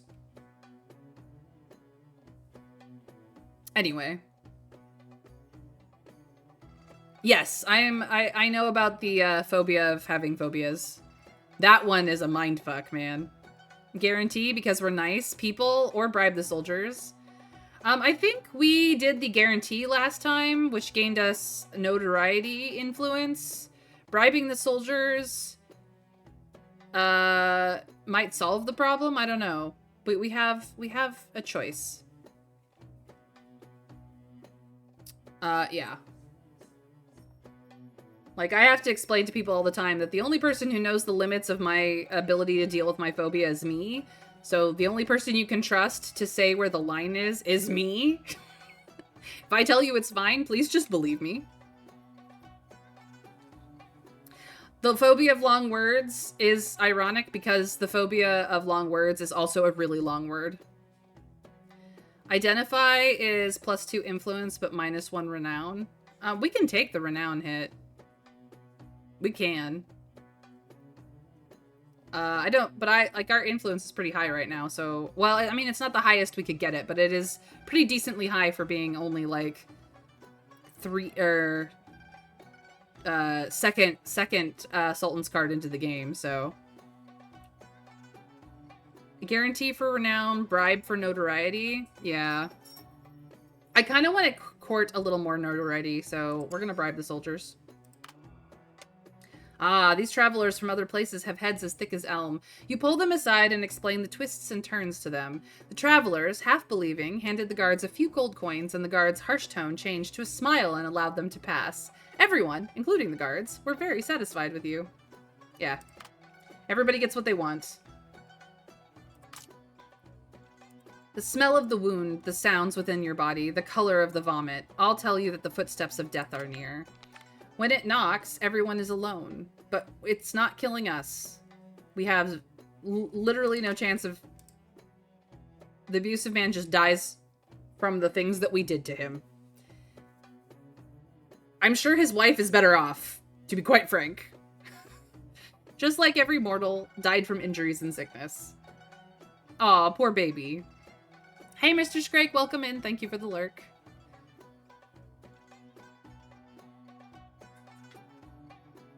Yes, PP, that's fine.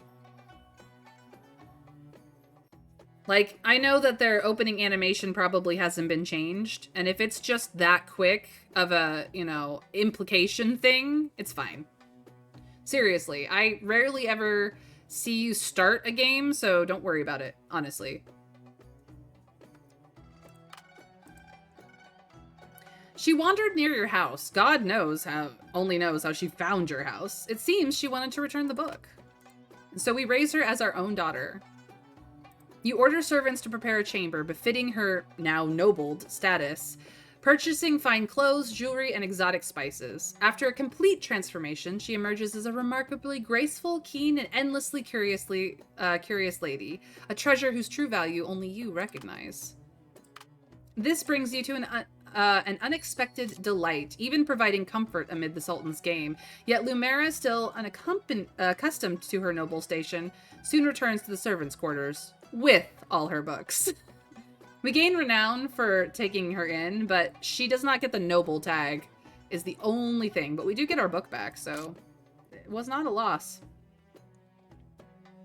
Abdul sent a servant to summon you to his residence. His matter may not be important, but he does not like being ignored. You responded to his summons in time.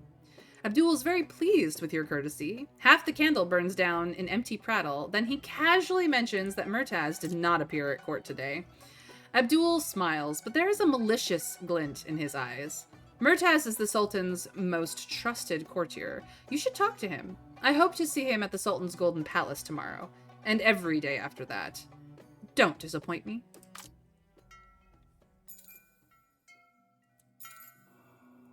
Oh, jeez Louise. This bitch. We've got so many things just suddenly happening, and our dear wife wants to speak with us. The Vizier Abdul sent you a cloak, embroidered with obscene spring palace scenes in gold thread. The servant conveyed his message.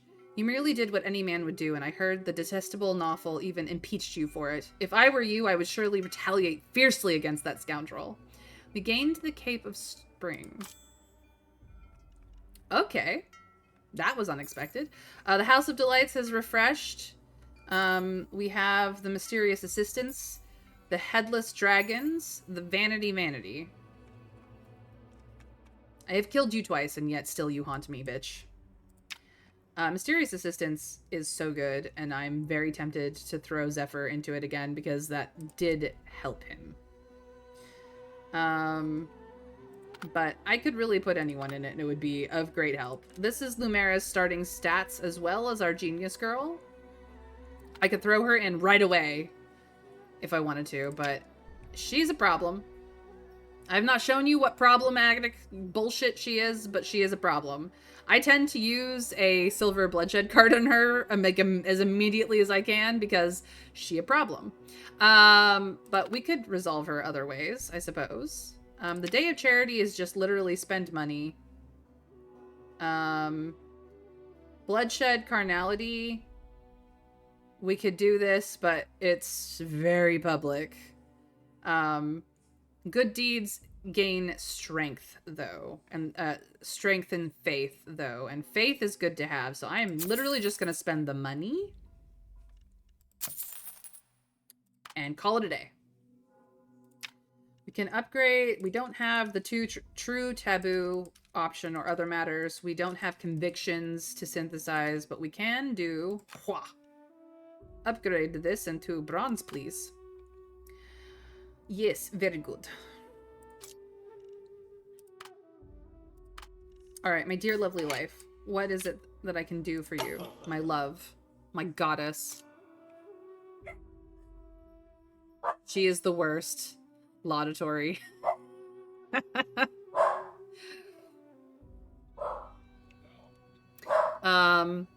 Considering your needs, your wife takes out a dowry. Maggie comes to you with her close maids who carry a beautiful, heavy wooden box, and you recognize it as Maggie's dowry chest. She opens the box and grabs a few velvet pouches filled with heavy gold coins.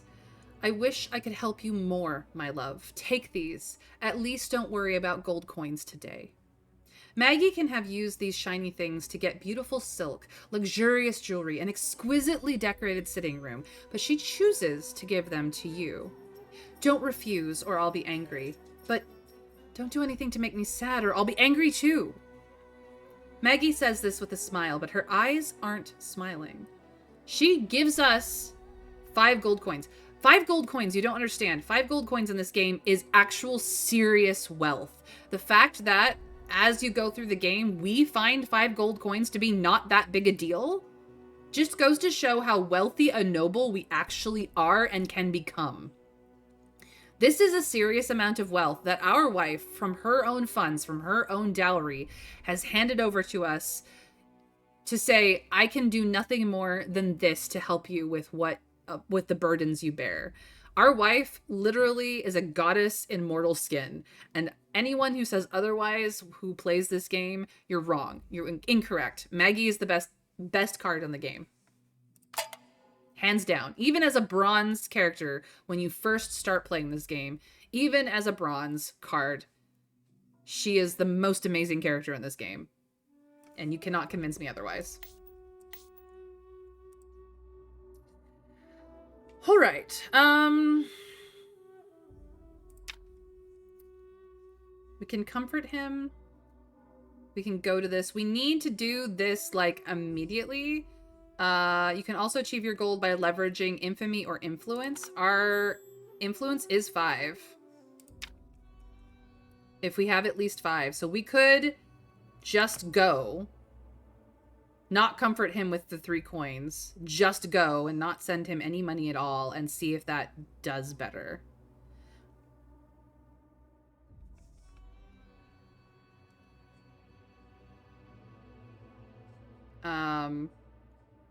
I don't know if there's actually a good way to fix Murtaz, because, like, this is Murtaz. No one likes him. He's miserable. He's lost family and fortune during the Sultan's run at the game. And he hates the Sultan, which amuses the Sultan to no end, which is why the Vizier wants him in court.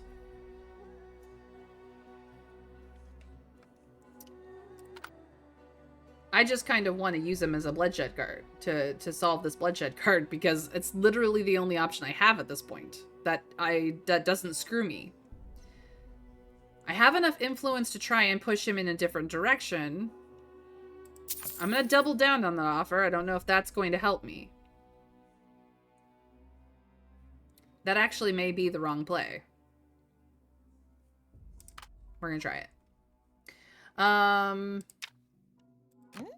Lady Becky can help the house to make some money. The bathhouse is the realm of our lovely, lovely wife. And is this an attire? It is.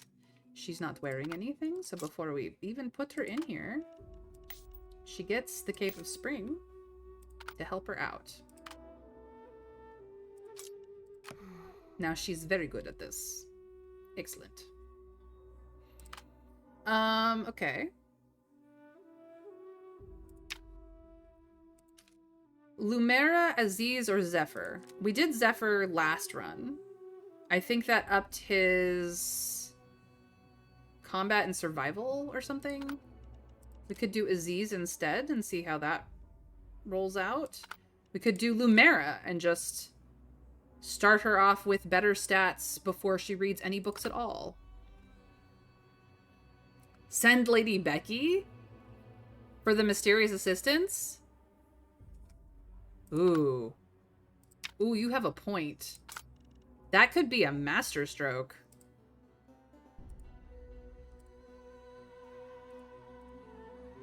That could be a masterstroke.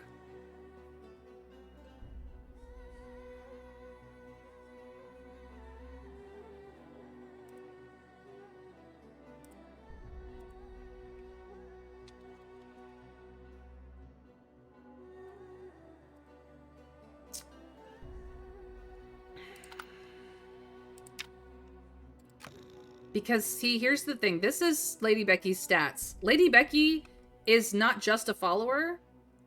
She is also an accessory, not a pet slot, an accessory. So if we upgrade Lady Becky stats, that means that whatever stats she has also can be lended to any other character in the game. That is our follower.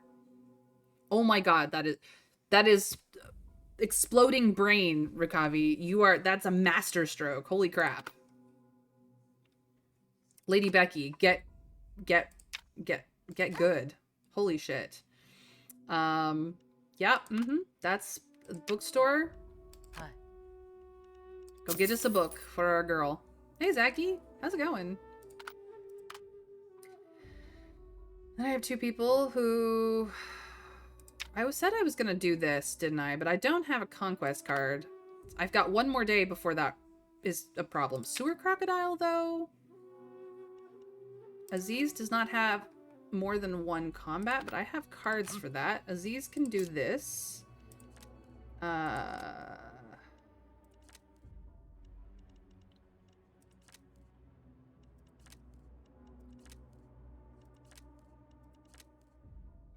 Intuition or tactics. Tactics is stealth in combat. Intuition is wisdom in combat. This does survival and combat. Or I could do Omen and just go hard on the survival part.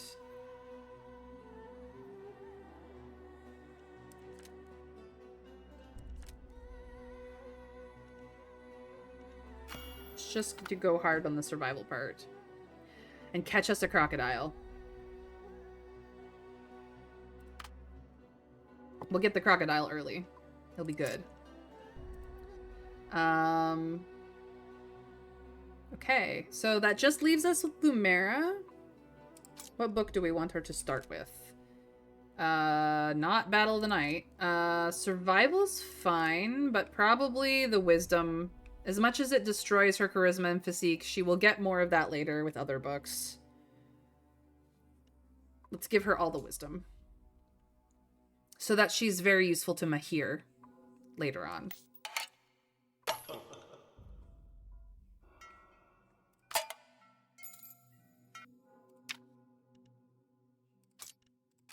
All right. That is everybody that we can run around with. We could also kill Juna in the House of Delights, but she's very popular is the problem. I mean, she's the lowest tier House of Delights girl, but she's very popular is the problem. So if we can deal with Murtaz instead for the Vizier, that might be for the best. We need a silver carnality or silver bloodshed. I don't like her. Because unlike the brothel, this is cheating on our wife. Like, this is cheating on our wife, guys. Because if we're going to the brothel house, our wife understands that we're there for the company, for the information, for any number of things, for just to be seen in the presence of beautiful women, or, you know, looking for a consort or something. Like, politically, socially speaking, going to the brothel is a reasonable thing for a noble of our status to do, even with a wife that we love and honor and never want to cheat on for all of our days. But we are caught in this game. This woman, however, is like, I just want somebody to gossip about me in the palace so I'm more interesting. I don't like her. I have very strong opinions on this woman, but here we are. End of the day. Let's go.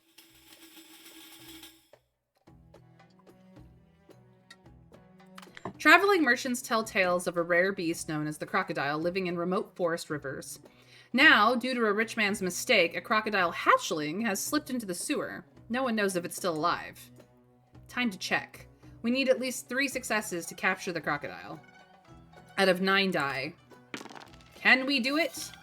Yes, we can. And we had 3 rerolls in case we didn't. So, the crocodile, whose mouth is bound by straps, is yanked from the canal, astonishing people with its pure white body. And it gave Aziz even more survival. Oh, he's becoming a survival monster. I love this. All right, we've got the bathhouse. So let's see how that rolls down now that our wife is a powerhouse. A silver something. Mystique. Yes. We've got the estate. Let's see if our girl can make us some decent money. 3 coins. Not the best, but still not the least. So that's fantastic. You are sent to the house of Murtaz. When you arrive, you see a priest stepping out of his doorway. Murtaz himself looks exhausted, hollowed out. In the silence, you catch a scent of musk, camphor, and borneol. A funeral, without question. You remember him now. His wife and father both perished in the Sultan's game. You choose to comfort him. Murtaz tells you that his mother had been ill for a long time, crushed by the weight of sorrow. Last night, she breathed her last. A family was shattered, all for a game. Murtaz complains bitterly, cursing the Sultan with the harshest of words, but when you tentatively bring up the possibility of rebellion, he jumps up and turns his fury and his profanities on you, as if not doing so would prove his own impotence. Your sympathy and pity turn to dust. Finally, you lose your patience and cut him off. Don't think I don't know. You yourself sent your wife and father to the palace, to the Sultan and his cards. You harshly inform him that the Sultan wants to see him tomorrow before leaving, not giving him a second glance. Will Murtaz attend court? He will. You have no doubt. Afterwards, Vizier Abdul is quite satisfied. He believes the Sultan will finally notice the deep-seated resentment that Murtaz has been harboring at court. You, however, find it all ridiculous. The kingdom's vizier has been reduced to nothing more than a court jester. And yet, it is in his court gesturing that he survives in the Sultan's presence. Like, do not get this wrong. The vizier knows how to survive. And he will use everything and anything he can to ensure that his own survival is paramount. To the bookstore. We buy a book. Finally, a book that is reasonable. Can we get any information or influence? No. All right.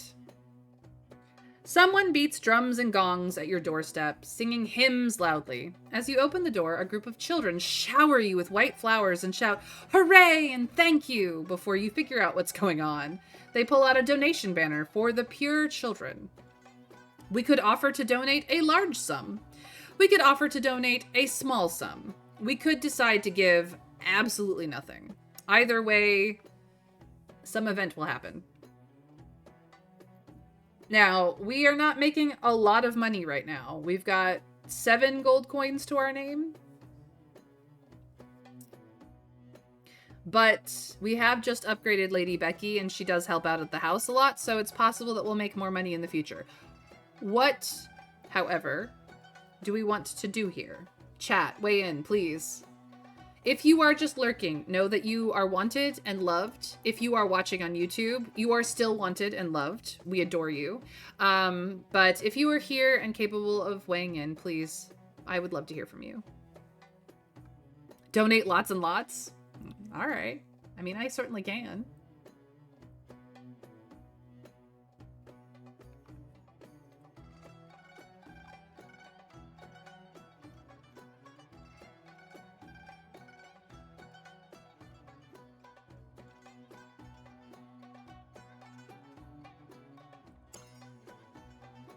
All right, well, I don't know if I will have enough money for this large sum, but it could just be 5 coins. So here we go.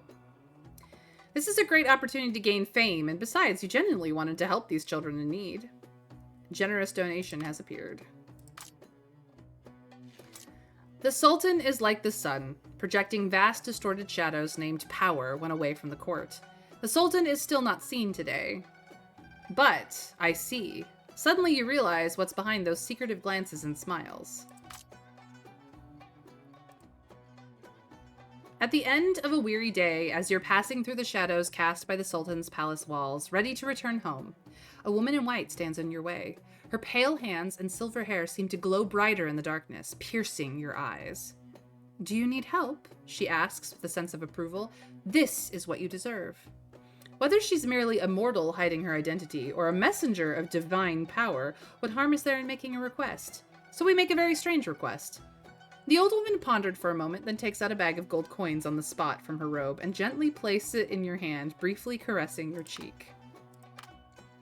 When you wish to inquire further details, she vanishes into the shadows between the palace, leaving only the pure white linen money bag in your hand as evidence of what you've seen. Lady, our cat got us gold. Our cat is just a gold-making machine. We send the cat to court. The cat comes back with gold. We ask the mysterious assistants to upgrade cat. Cat comes back with gold.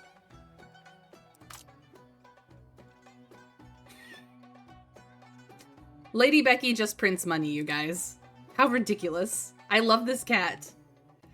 Someone suggests you initiate a public relief effort to provide food for the starving victims, not only filling their stomachs, but also enhancing your renown. The displaced people, those who can't get enough to eat, line up at your porridge tent gratefully chanting your name with appreciations. In that time, everyone knows of your fame. Reading improves things. She's now much wiser than she is charismatic or strong. Or physically, sound, I should say. You feel the truth in the eyes of outsiders. You are a little crazy, but Lumera is thoughtful.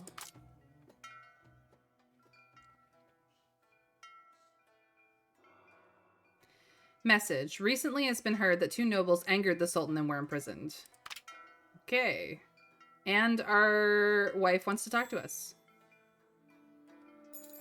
We have the battle at the Wolves' Den, which does not expire. Visit the prison. Generous donation. And the famous Hamar brothers have decided to be a problem. Okay. So first things first. We're upgrading some Mystique into some Bronze. Yay for us. What does this require? We can send somebody to do it. It is a 10 gold, and we could break an extravagance card of bronze or lower. It does not expire, so we have time for that one. Which is good for us. This is going to expire. We don't have enough magic. We don't have any magic, actually. Nobody has any magic stat, I don't... except Lady Becky. Nope, not even Lady Becky. This is really bad. Her health is going to suffer.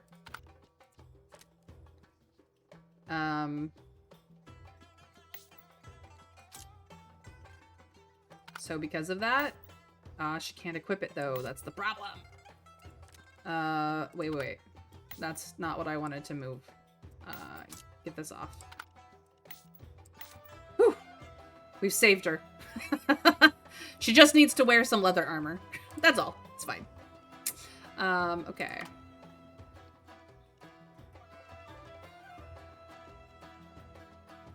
So this is where we're at. We do have this little crocodile, which is physique and combat. This is charisma, physique, and survival. I actually think little crocodile might be better for him right now, because he legitimately has 5 survival on his own. And the physique and combat makes him a monster. So the stallion cannot be equipped by anybody else, because nobody has that pet slot. Lady Becky has no equipment slots, but this is actually just fine for us, and that means that when the horse racing comes up, we have a horse to do that with. So this is good.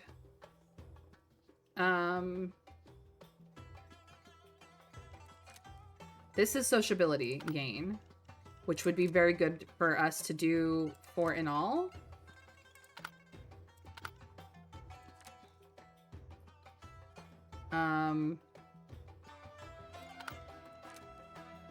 Actually, I might put it on Lumera so she can go to the bookstore. This gives survival. This gives stealth and combat.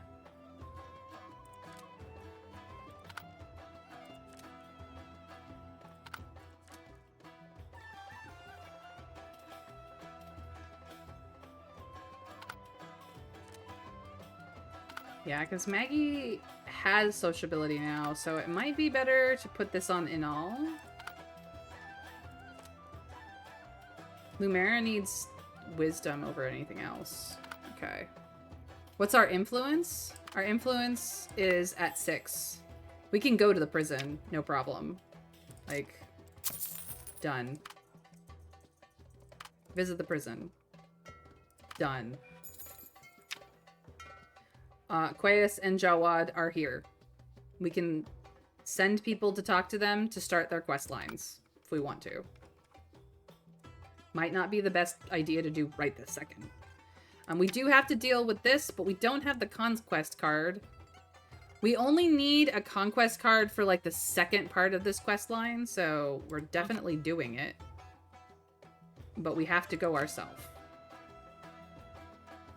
It's fine.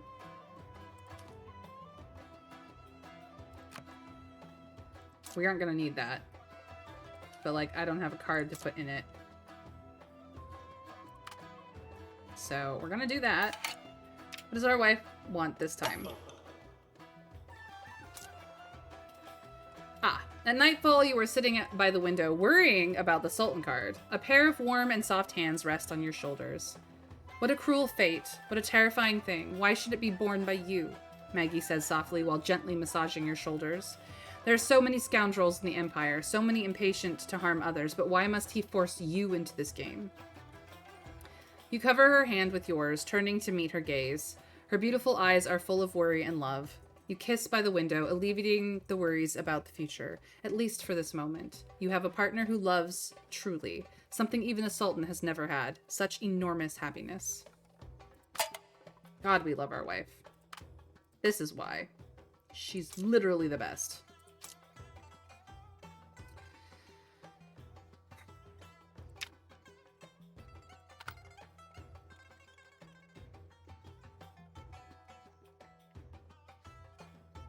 Generous donation. We can send somebody so long as there's 10 coins. But this is a great thing for an extravagance card and it does not go away. So we just have to really deal with this bloodshed card, which I'm on the way to do. Like, we just need the vizier to roll up again, essentially.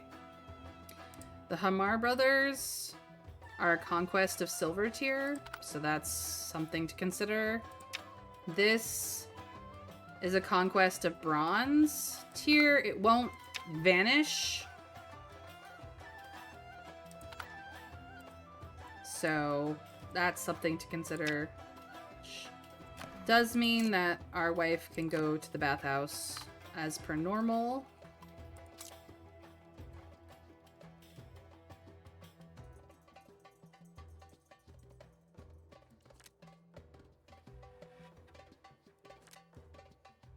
This is an entire, this is an accessory. So while he's not, we send him to the bookstore.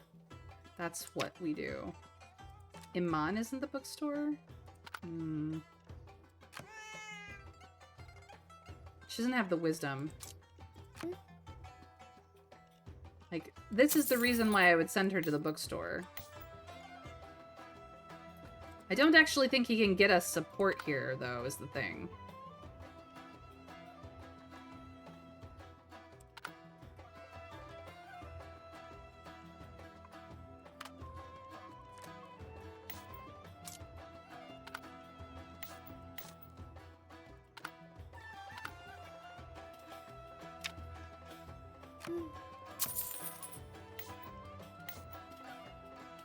We can try.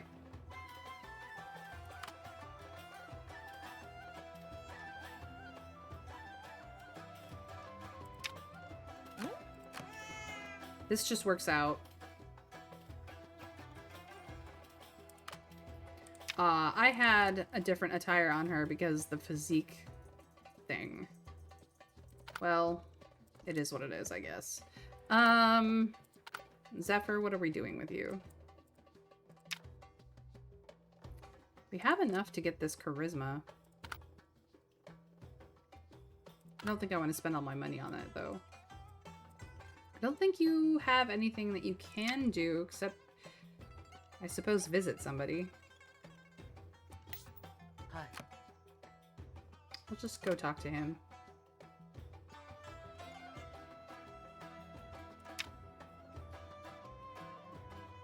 I did not have enough, like, I didn't get good pulls in the bookshop to get 5 magic to do this. So this is going to expire, and it's RIP is kind of where we're at with that. Wish me luck, chat. Here we go.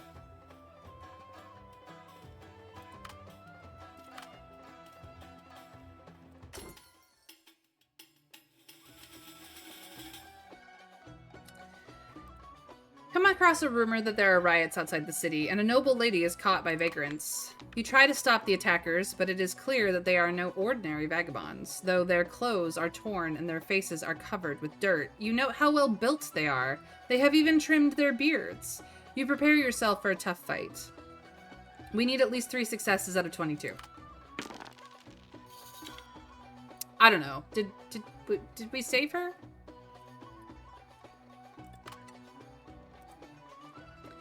Their force is nothing compared to yours. You easily drive them away. A hand lifts the carriage curtain, revealing a pale face. The lady does not look as frightened as you imagined. Clutching her sleeves tightly, she gives you a gentle nod in gratitude. I am Fatuna, she says. She studies you for a moment, then recognition flickers in her gaze. The one who plays the Sultan's game. Her speech is measured, thoughtful. She knows where the villains have fled. They have taken over a noble estate. If you remove this thorn from her side, she will pay you handsomely. Besides, is this not a fine opportunity to rid yourself of a Sultan's card? You nod in agreement. Clearly, helping a helpless lady may yield far more than coin. The bathhouse. Here we go. What information do we get? Nothing good. It's just a stone-level secret. You couldn't get a word in and only occasionally got some fragmented news while pouring water on the copper basin in the sauna.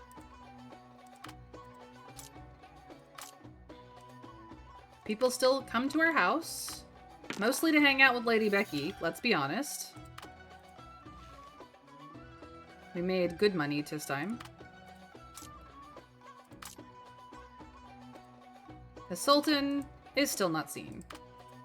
Fanning the flames. The splendid stories are inevitably wrapped in lies and fabrications, adding an air of mystery and upgrading our mystique. The bookstore. We got a game of marbles. Finally, we're getting the lower tier books that we desperately need. Let's see if we can influence the Iman today. Ooh, she got 3. They discussed some topics from the book, but you gained real-world information from it. Something noteworthy has happened. A strangely dressed itinerant monk claimed that you have a connection to the god he worships and wanted to give you an ancient statue. The statue had a serene and compassionate look, but you always felt something was off about it. Do we accept the statue? Do we politely decline? Or do we rebuke him loudly for not being a member of the true faith?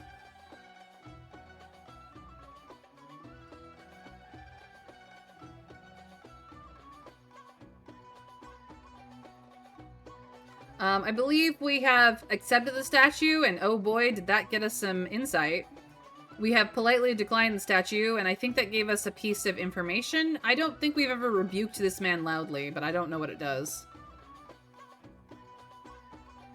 Yeah, I don't think we've done that before. So, chat, what do you want to see me do? Please let me know.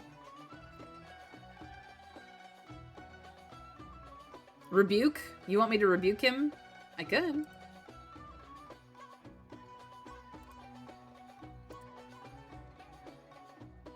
Be Mr. Shouty. Raid the Shouty? Okay. I'll do it. I won't even make you use channel points, Trav. I should make you have to crown yourself king of the vote, but I won't. Hello. You rebuked the heretic in public for trying to lead you down an evil path and undermining your faith in God. You urged everyone to reject such a gift from the devil, and the crowd, convinced by your speech, saw you as undeniably pious and virtuous. +1 renown, -1 infamy. Hell yeah. That worked out in our favor. Here's the prison for nobles and serious criminals. Unlike what the common people might imagine, there are no gold toilets or velvet quilts here. What you have is darkness, dampness, and ignored rats. The only unusual thing might be that, due to family bribes, the prisoners' meals aren't very bad. The current level of the prison is completely open to us, and we choose to talk. This emaciated prisoner sits alone in the corner of the prison, unwilling to acknowledge you. Before you leave, you happen to meet his family, here for a visit. His mother, wiping her tears, tells you that he was imprisoned for speaking out when the Sultan was playing this grand game of his. Not unlike yourself. He's just too young and hot-tempered. He doesn't understand. I told him to apologize to the Sultan, but he... She looks sorrowful and weary. She hesitantly asks if you could speak for him before the Holy One, gauge the Sultan's attitude. After all, much time has passed and the Sultan is no longer playing the game. You promise to help her, though no one could decide the Sultan's thoughts for him. The poor woman gratefully grabs your hand, tears streaming down her face. You understand the Sultan's character. He doesn't actually care about his minister's opinions and might have already forgotten them. You realize that you could use your influence, or some gold, to persuade the Sultan to release him.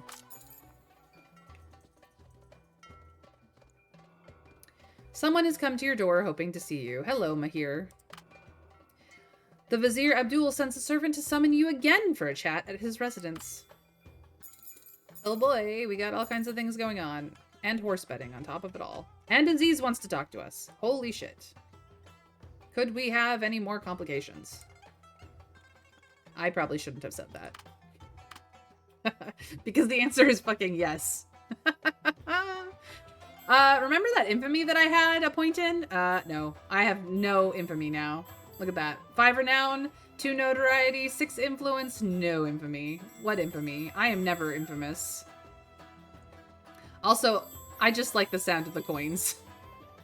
So I will do that a lot. Just for my own sanity and peace of mind. Alright, Aziz. What do you need?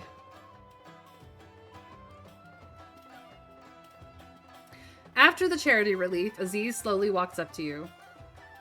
I think, Master, if you will allow me to, that this time the porridge wasn't tasty. It was astringent, and the oats weren't soaked well, he says. I think Inal should be the one making the porridge. The porridge she makes is so delicious that you would, that it would make you swallow your own tongue. You look at him suspiciously. How do you know that? Aziz stands quietly and calmly in the sun without answering. Still, there's no need to ask, as you can guess, because your household slaves always gather to share dinner. But can you really trust a slave's taste buds? What good foods could he have tasted? Well, first of all... Aziz, meaning dear. Yes. He is very dear. Yes, we're gonna let Adnel do this, because it is so good. You ponder for a moment and decide to let Anal handle the next charity day. The one who managed the charity day before is extremely repulsed at you by letting a female slave take over his work. His harsh words are of no concern to you. However, upon hearing of it, Aziz kneels at your feet, pleading that you assign him to maintain order at the next charity day. You have suffered more slanders against you in court, but the food relief event happens. Yes. Their names are all very carefully chosen and woven. Alright, so we don't have any intelligence to upgrade anymore, but this will just resolve regardless. I want food relief to happen, like, immediately, so it is happening. I want them to get good, which means that somebody has to manage the estate.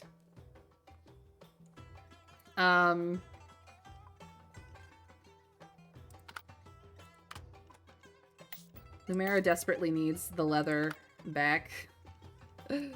So Zephyr, you get the pauldrons back. Because this is how we're making money today.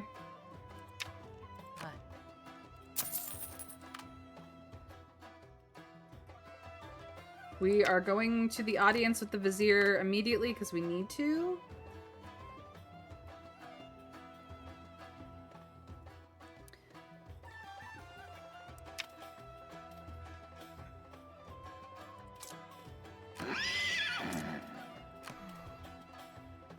Our wife is a good writer.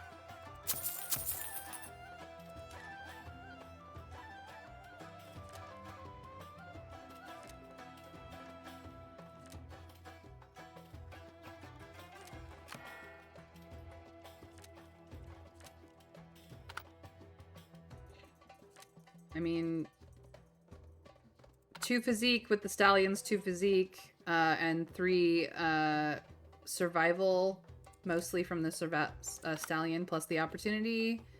We should be able to double our money here. Would I have preferred news in the bathhouse? Yes, but I do need more money, so I know. This, we need a conquest card for. I'm trying to get through the Vizier plotline just to deal with this bloodshed card, essentially. Or we could kill Jawad. We could just outright kill either of these guys. Quaes is a silver card. If you get through his whole quest line, you get a silver tier noble. As a follower. I actually want to complete his quest line if we can this time.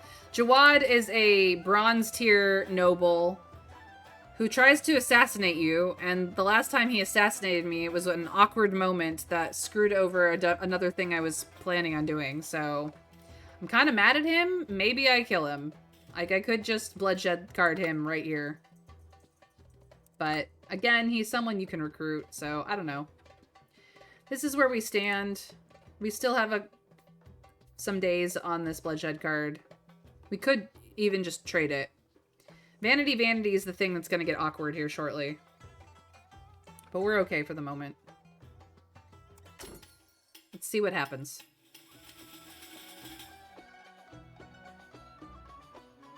Lady Becky absolutely manages the estate.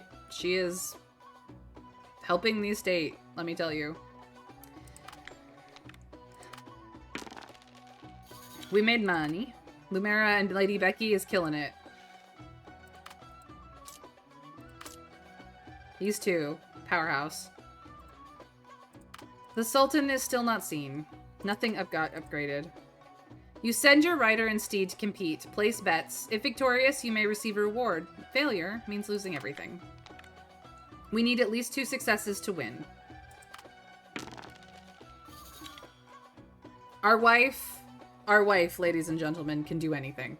You can recruit Jawad too, you know, he's bronze with wisdom 5. Good for the estate. Yes, he is.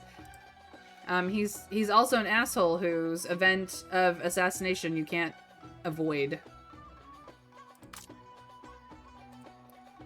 The angler gives us scout training manual.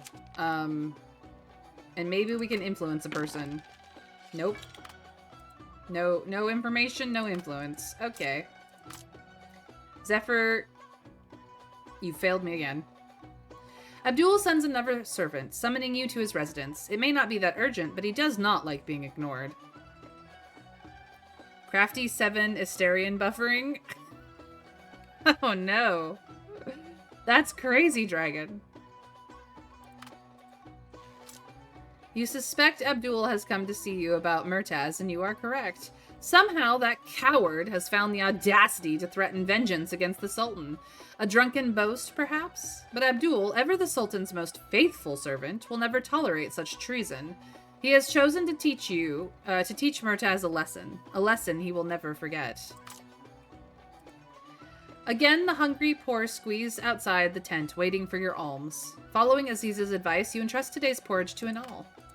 It is Anal's first time handling such an important task. She was so excited that her face turned red, getting up before dawn to cook the day's porridge, monitoring the heat and stirring nonstop, believing that only this way can draw out the natural sweetness of the wheat.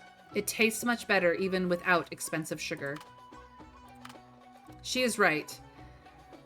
Smacking sounds gradually raise among the crowd. The porridge is delicious. People praise it as if they'd never tasted such good porridge.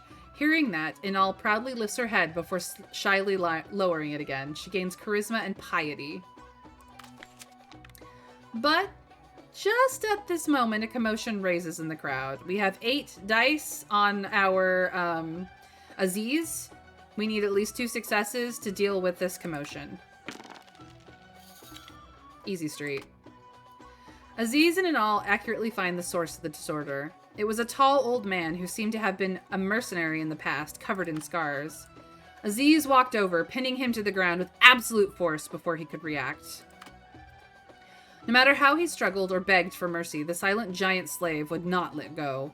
Finally, he tearfully admitted he was sent by the original person in charge to cause trouble, as he couldn't stand being overshadowed by a mere female slave. But regardless, he probably won't dare cause any more mischief. No one else was hurt, and no one else dared to mess around here, which gained Anal a point of wisdom, absolutely needed, and Aziz more combat, because he's becoming a combat monster.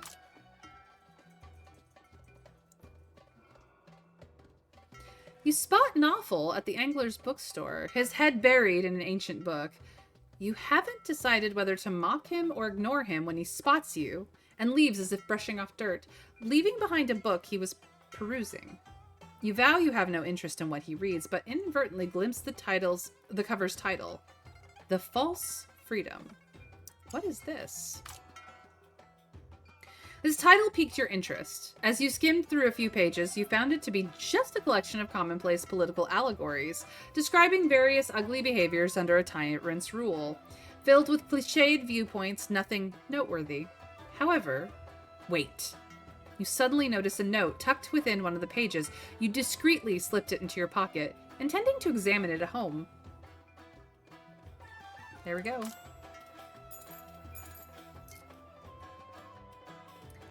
So, now we have things going on. Okay. Let's get organized.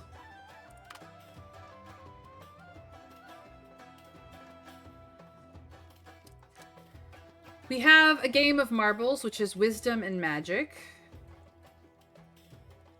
We have scout training, which is stealth, which might be really good on Zephyr. We have the guide to etiquette, which we've considered doing for Anal, just that her sociability is higher. Her wisdom has gained in a point too, so actually, as long as she continues wearing this shield, she's literally fine. I actually don't think we need to give her the sociability book at all. Zephyr is using the winged pauldrons to give him sociability more than the combat that it also gives him. I believe he has earned a point of combat and a point of 2 points of survival through events. So that's good.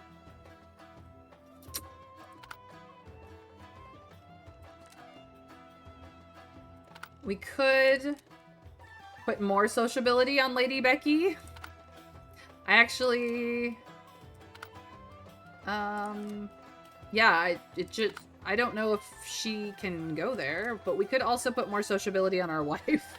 Or herself, for that matter. Our sociability is only a 3. Or we could put it on Lumera for other things, but really her needs is wisdom and magic, I think. So...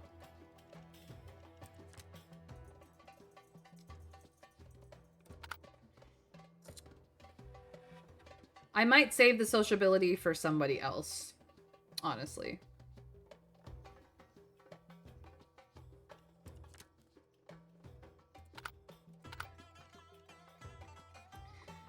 Alright. Managing the estate. And all's a beast.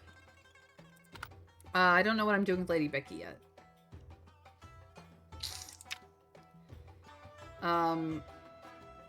We're just gonna handle this.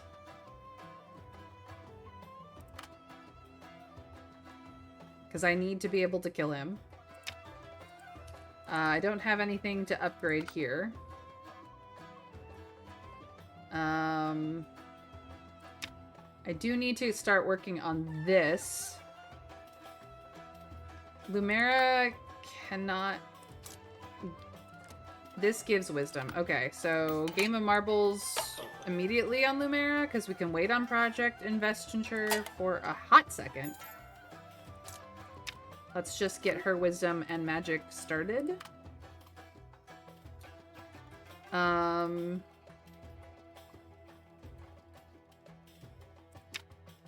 Lazig is here again. More book, please.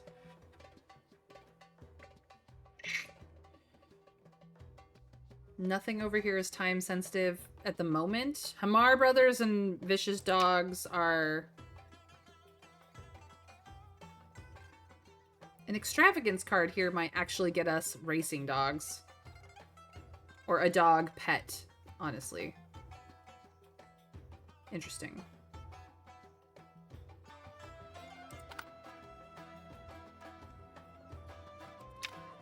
So yeah, we can just put Lady Becky here.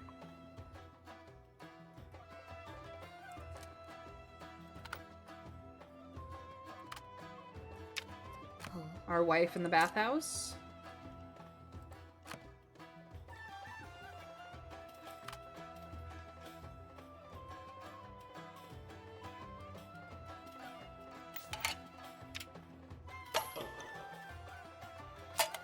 Doesn't cause an event. Okay.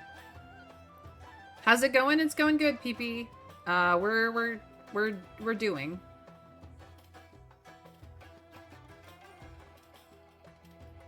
I know, Dragon, you are enjoying that series of game. I'm so glad it's almost done installing. Okay.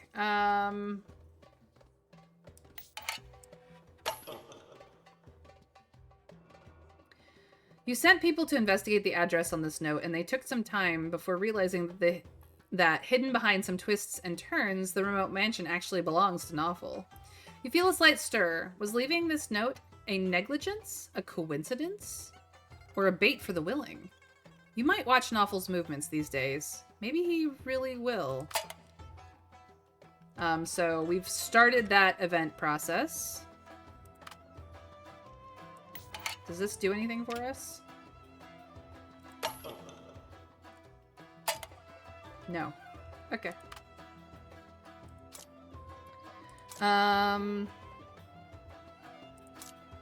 Putting intelligence in will give us something related to the intelligence that event.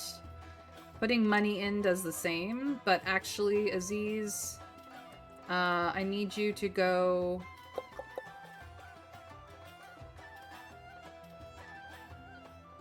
I had a thought for you. Oh, go to the prison and talk to Jawad. That's what I was thinking. So that we have both of those quests. Equipment merchant has refreshed. This is a decent attire. I do love these as an accessory. They would be so good on our girl. The longbow is one of the better weapons in the game, but not the best. It's combat 4 versus the sword equivalent gold cards 5. Thief's cloak is good. Would be great on Zephyr as an attire. This is just a solid piece of attire. But this accessory would be very good on Lumera right now. I have the money to buy, not everything here, but a lot of it. Wisdom equipment is rare and great for book reading. Yes. You're right. This is a must. I could buy these as well. It would do good things for us, but that leaves us with less coins. We need at least 10 for the donation, but is it that event doesn't expire? I'm not worried about it. These are all very, like, good investment pieces to have regardless. Getting them earlier is better. Okay. You've twisted my arm, equipment merchant. Here we go.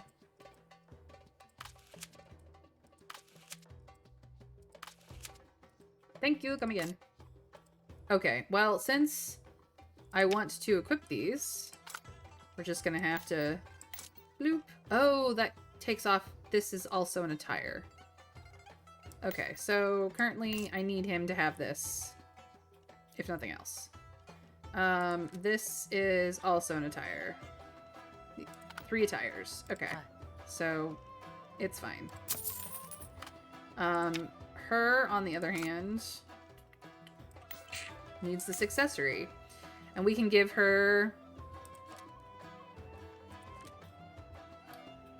Actually, I don't need her. I need her to have a single point of physique just so that she doesn't get sick.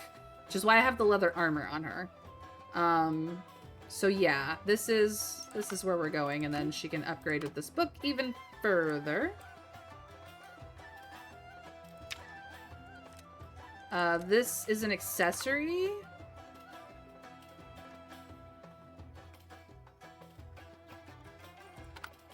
Actually,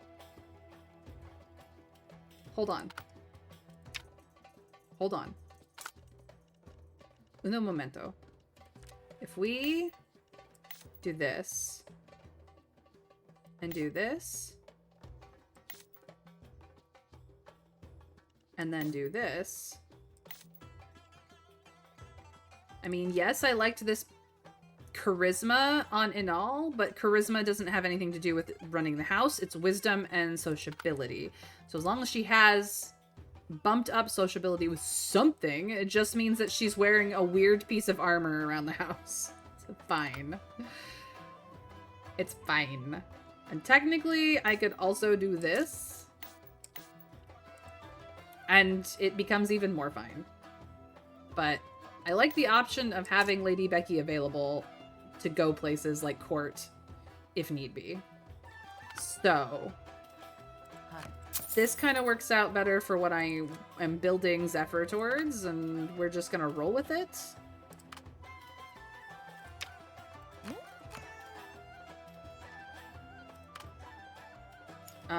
Helmet and shield goes on Aziz now to be a combat monster. God, I love this man. And we send him to talk to Jawad. Okay. That's where we needed to be. Hey, remember that girl you hate because she wants you to use an extravagance card on her just to get attention? No, it's not extravagance. It's carnality. She wants us to use a carnality card on her. She wants to have it known. She wants to have it known that she got railed into next week by the person playing the game so that the court will gossip about her. That's what she wants. Can use a silver extravagance card and then later on get the option to use a silver bloodshed card to kill her instead of her slave. That's fair. Just, I hate her so much. She's such a problem. Because if you ignore her and her vanity, she becomes problematic for you. She just does. Alright, that is everything that we're gonna do. Hamar Brothers are gonna go away. Vicious Pack of Dogs will go away soon. We need to keep an eye on Raider's hideout. I'm waiting for a conquest card to deal with that. We're trying to get rid of this bloodshed card on Murat, who is not in a place where we can kill him yet. So we're following up on that quest line to get to that option. Hopefully in time to deal with it. So let's end the day and find out what happens. That's fair, Plague. Thank you for the letting me know. What do we get from the bathhouse? What does our lovely wife fish up for us today? A silver omen card. Very nice, very nice. Very nice, very nice. Thank you, Maggie. You're the best. People come to our house to see Lady Becky. Rude. We did not make a lot of money today. But something noteworthy has happened. Someone presented a popular booklet from the market which told a legendary love story between a king and a fallen princess. In the story, the princess, having lost her country, has worked as a washerwoman. She meets the handsome monarch by the river while washing clothes, and the two overcome many difficulties to find happiness. The Sultan asks what you think of this matter. Do we go, this is the praise to the Sultan, because who what woman in their right mind would not think of the Sultan as their dream lover? Do we go, this is slander against the Sultan? Why would he ever have a second glance at a washerwoman, regardless of whether or not she was formerly a princess? Or could we just go, Sultan, our liege, this is just a woman's pastime.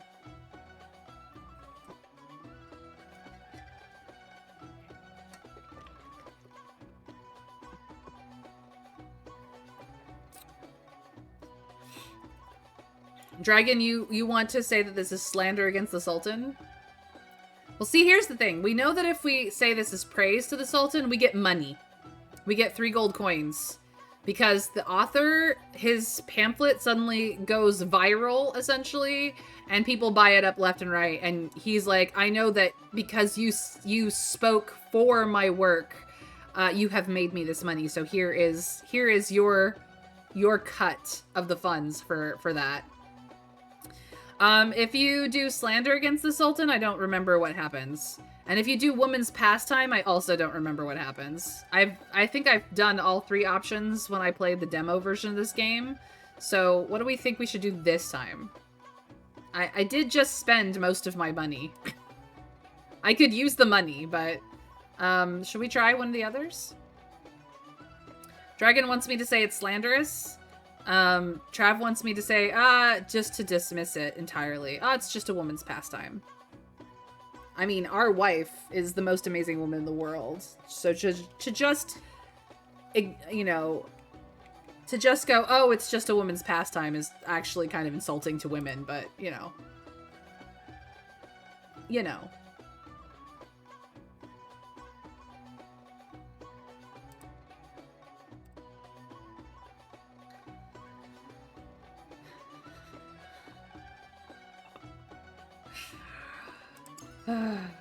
It's just a woman's pastime. Sorry, Dragon.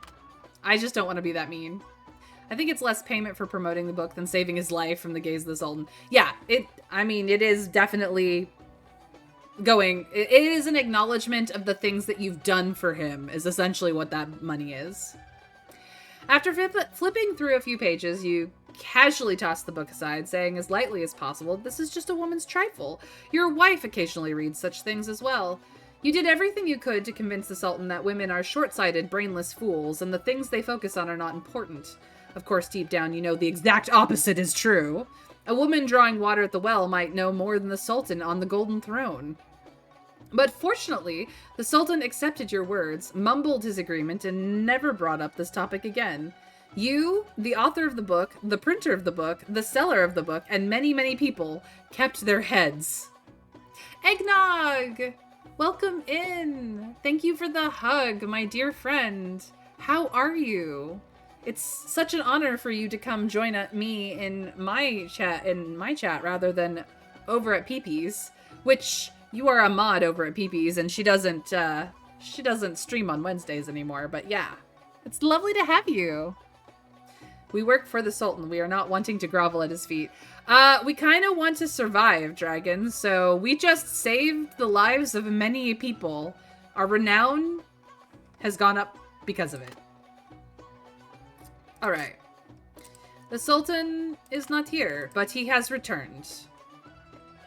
Court is back in session.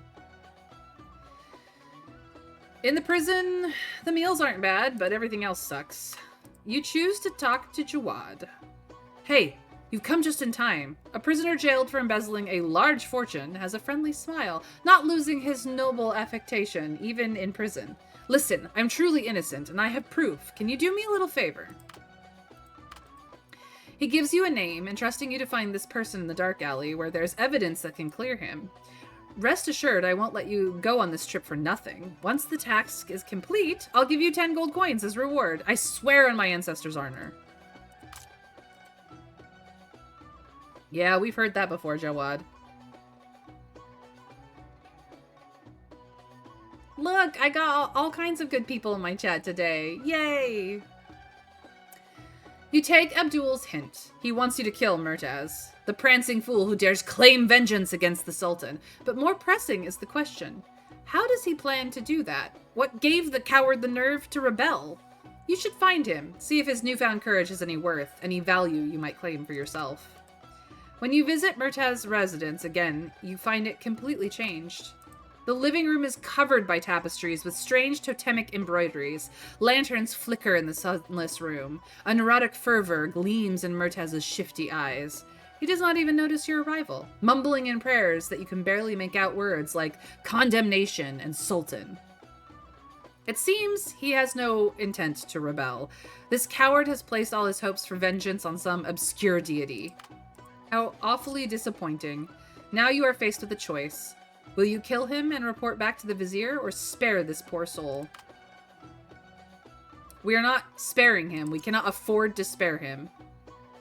We must deal with this bloodshed card immediately.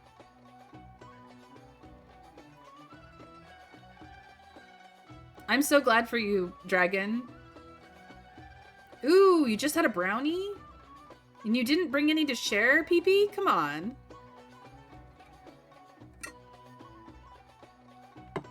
Eggnog, real life over Twitch life, always.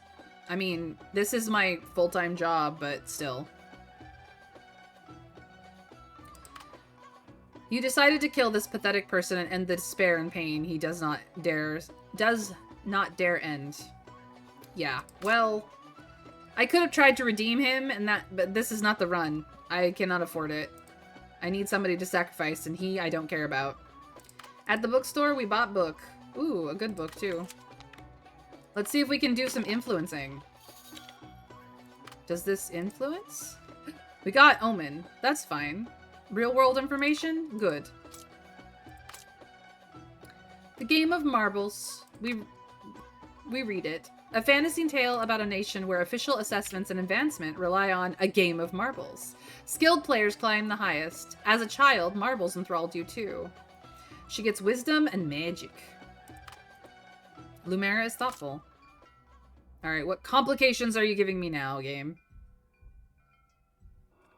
The Sultan has returned to his loyal palace. Your informant reported Nawful indeed went to the secluded place. Perhaps it's time to go there. Your political enemy, a silver courtier, at least always oppose you. That's right.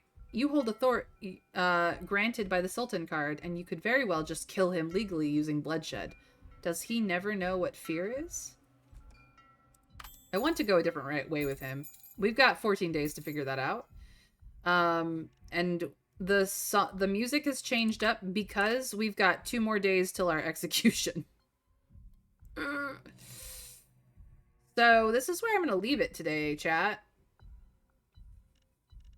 Let's find out what I do tomorrow. First, we save the game.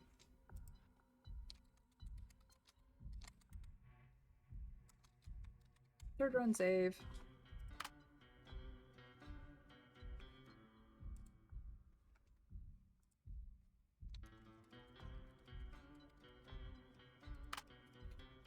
There we go. So this has been our time in Sultan's game. Thank you guys for joining me today. It is the end of my stream, but I am Mayrin Althea Tover, aka May, and I stream Monday through Friday at 1 p.m. Eastern US time. If that's not your time zone, a follow and turning on notifications either here or on Blue Sky, preferably both, will give you a notification for when I go live, so you can join us anytime after that for the next 3 to 4 hours, and see what I'm up to next in Sultan's game. On Blue Sky, I sometimes talk about my games, my interests. I share the things that I like. I'm very bad at social media, so I could use all the help I can get. Feel free to come at me over on social media to get me to do more things there. I would love to have more conversations with all of you, and that's the place you can do it. To that end, if you've missed anything in today's session, the VODs will be up on YouTube as soon as I can get them there. So if you jump over there, subscribe, and ring the bell, you'll know when the VODs go live, and you'll always have the handy-dandy playlists for you to enjoy anytime, day or night, if you need some company. Or you just want to catch up. Or you just want to see what I did in my first and second run. The second run was a lot shorter. But it'll all be there on YouTube for you, free, because I don't make any money over there either. This is how I give back to the people who are wonderful and show up for me. But it is time to raid a friend, and if we don't have any friends to raid, I will go and make new ones, or at least attempt to. So literally all of my raid friends, this is kind of how I met most of them. But let's see who it is we raid today. I got some options. I think we're gonna go jump over to Stephanie Swan Quills. She's playing Lost Records Bloom and Rage, which just came out recently. She is a voice actor from Australia. She's amazing. I can't believe that she streams on the regular, and she is really, really fun. Her community is really, really wonderful. There is a little bit of a warning of flashing lights in this game, so if that's something you're sensitive to, feel free to jump out of the raid now. But I hope that you guys have a fantastic, wonderful rest of your Wednesday. I will catch back up to you tomorrow at 1 for more Sultan's game. Our Palia Friday is coming up as well. So if you want to join me on Friday for that, download the game now. And I will see you guys tomorrow. So we raid in 3, 2, 1. Bye, guys.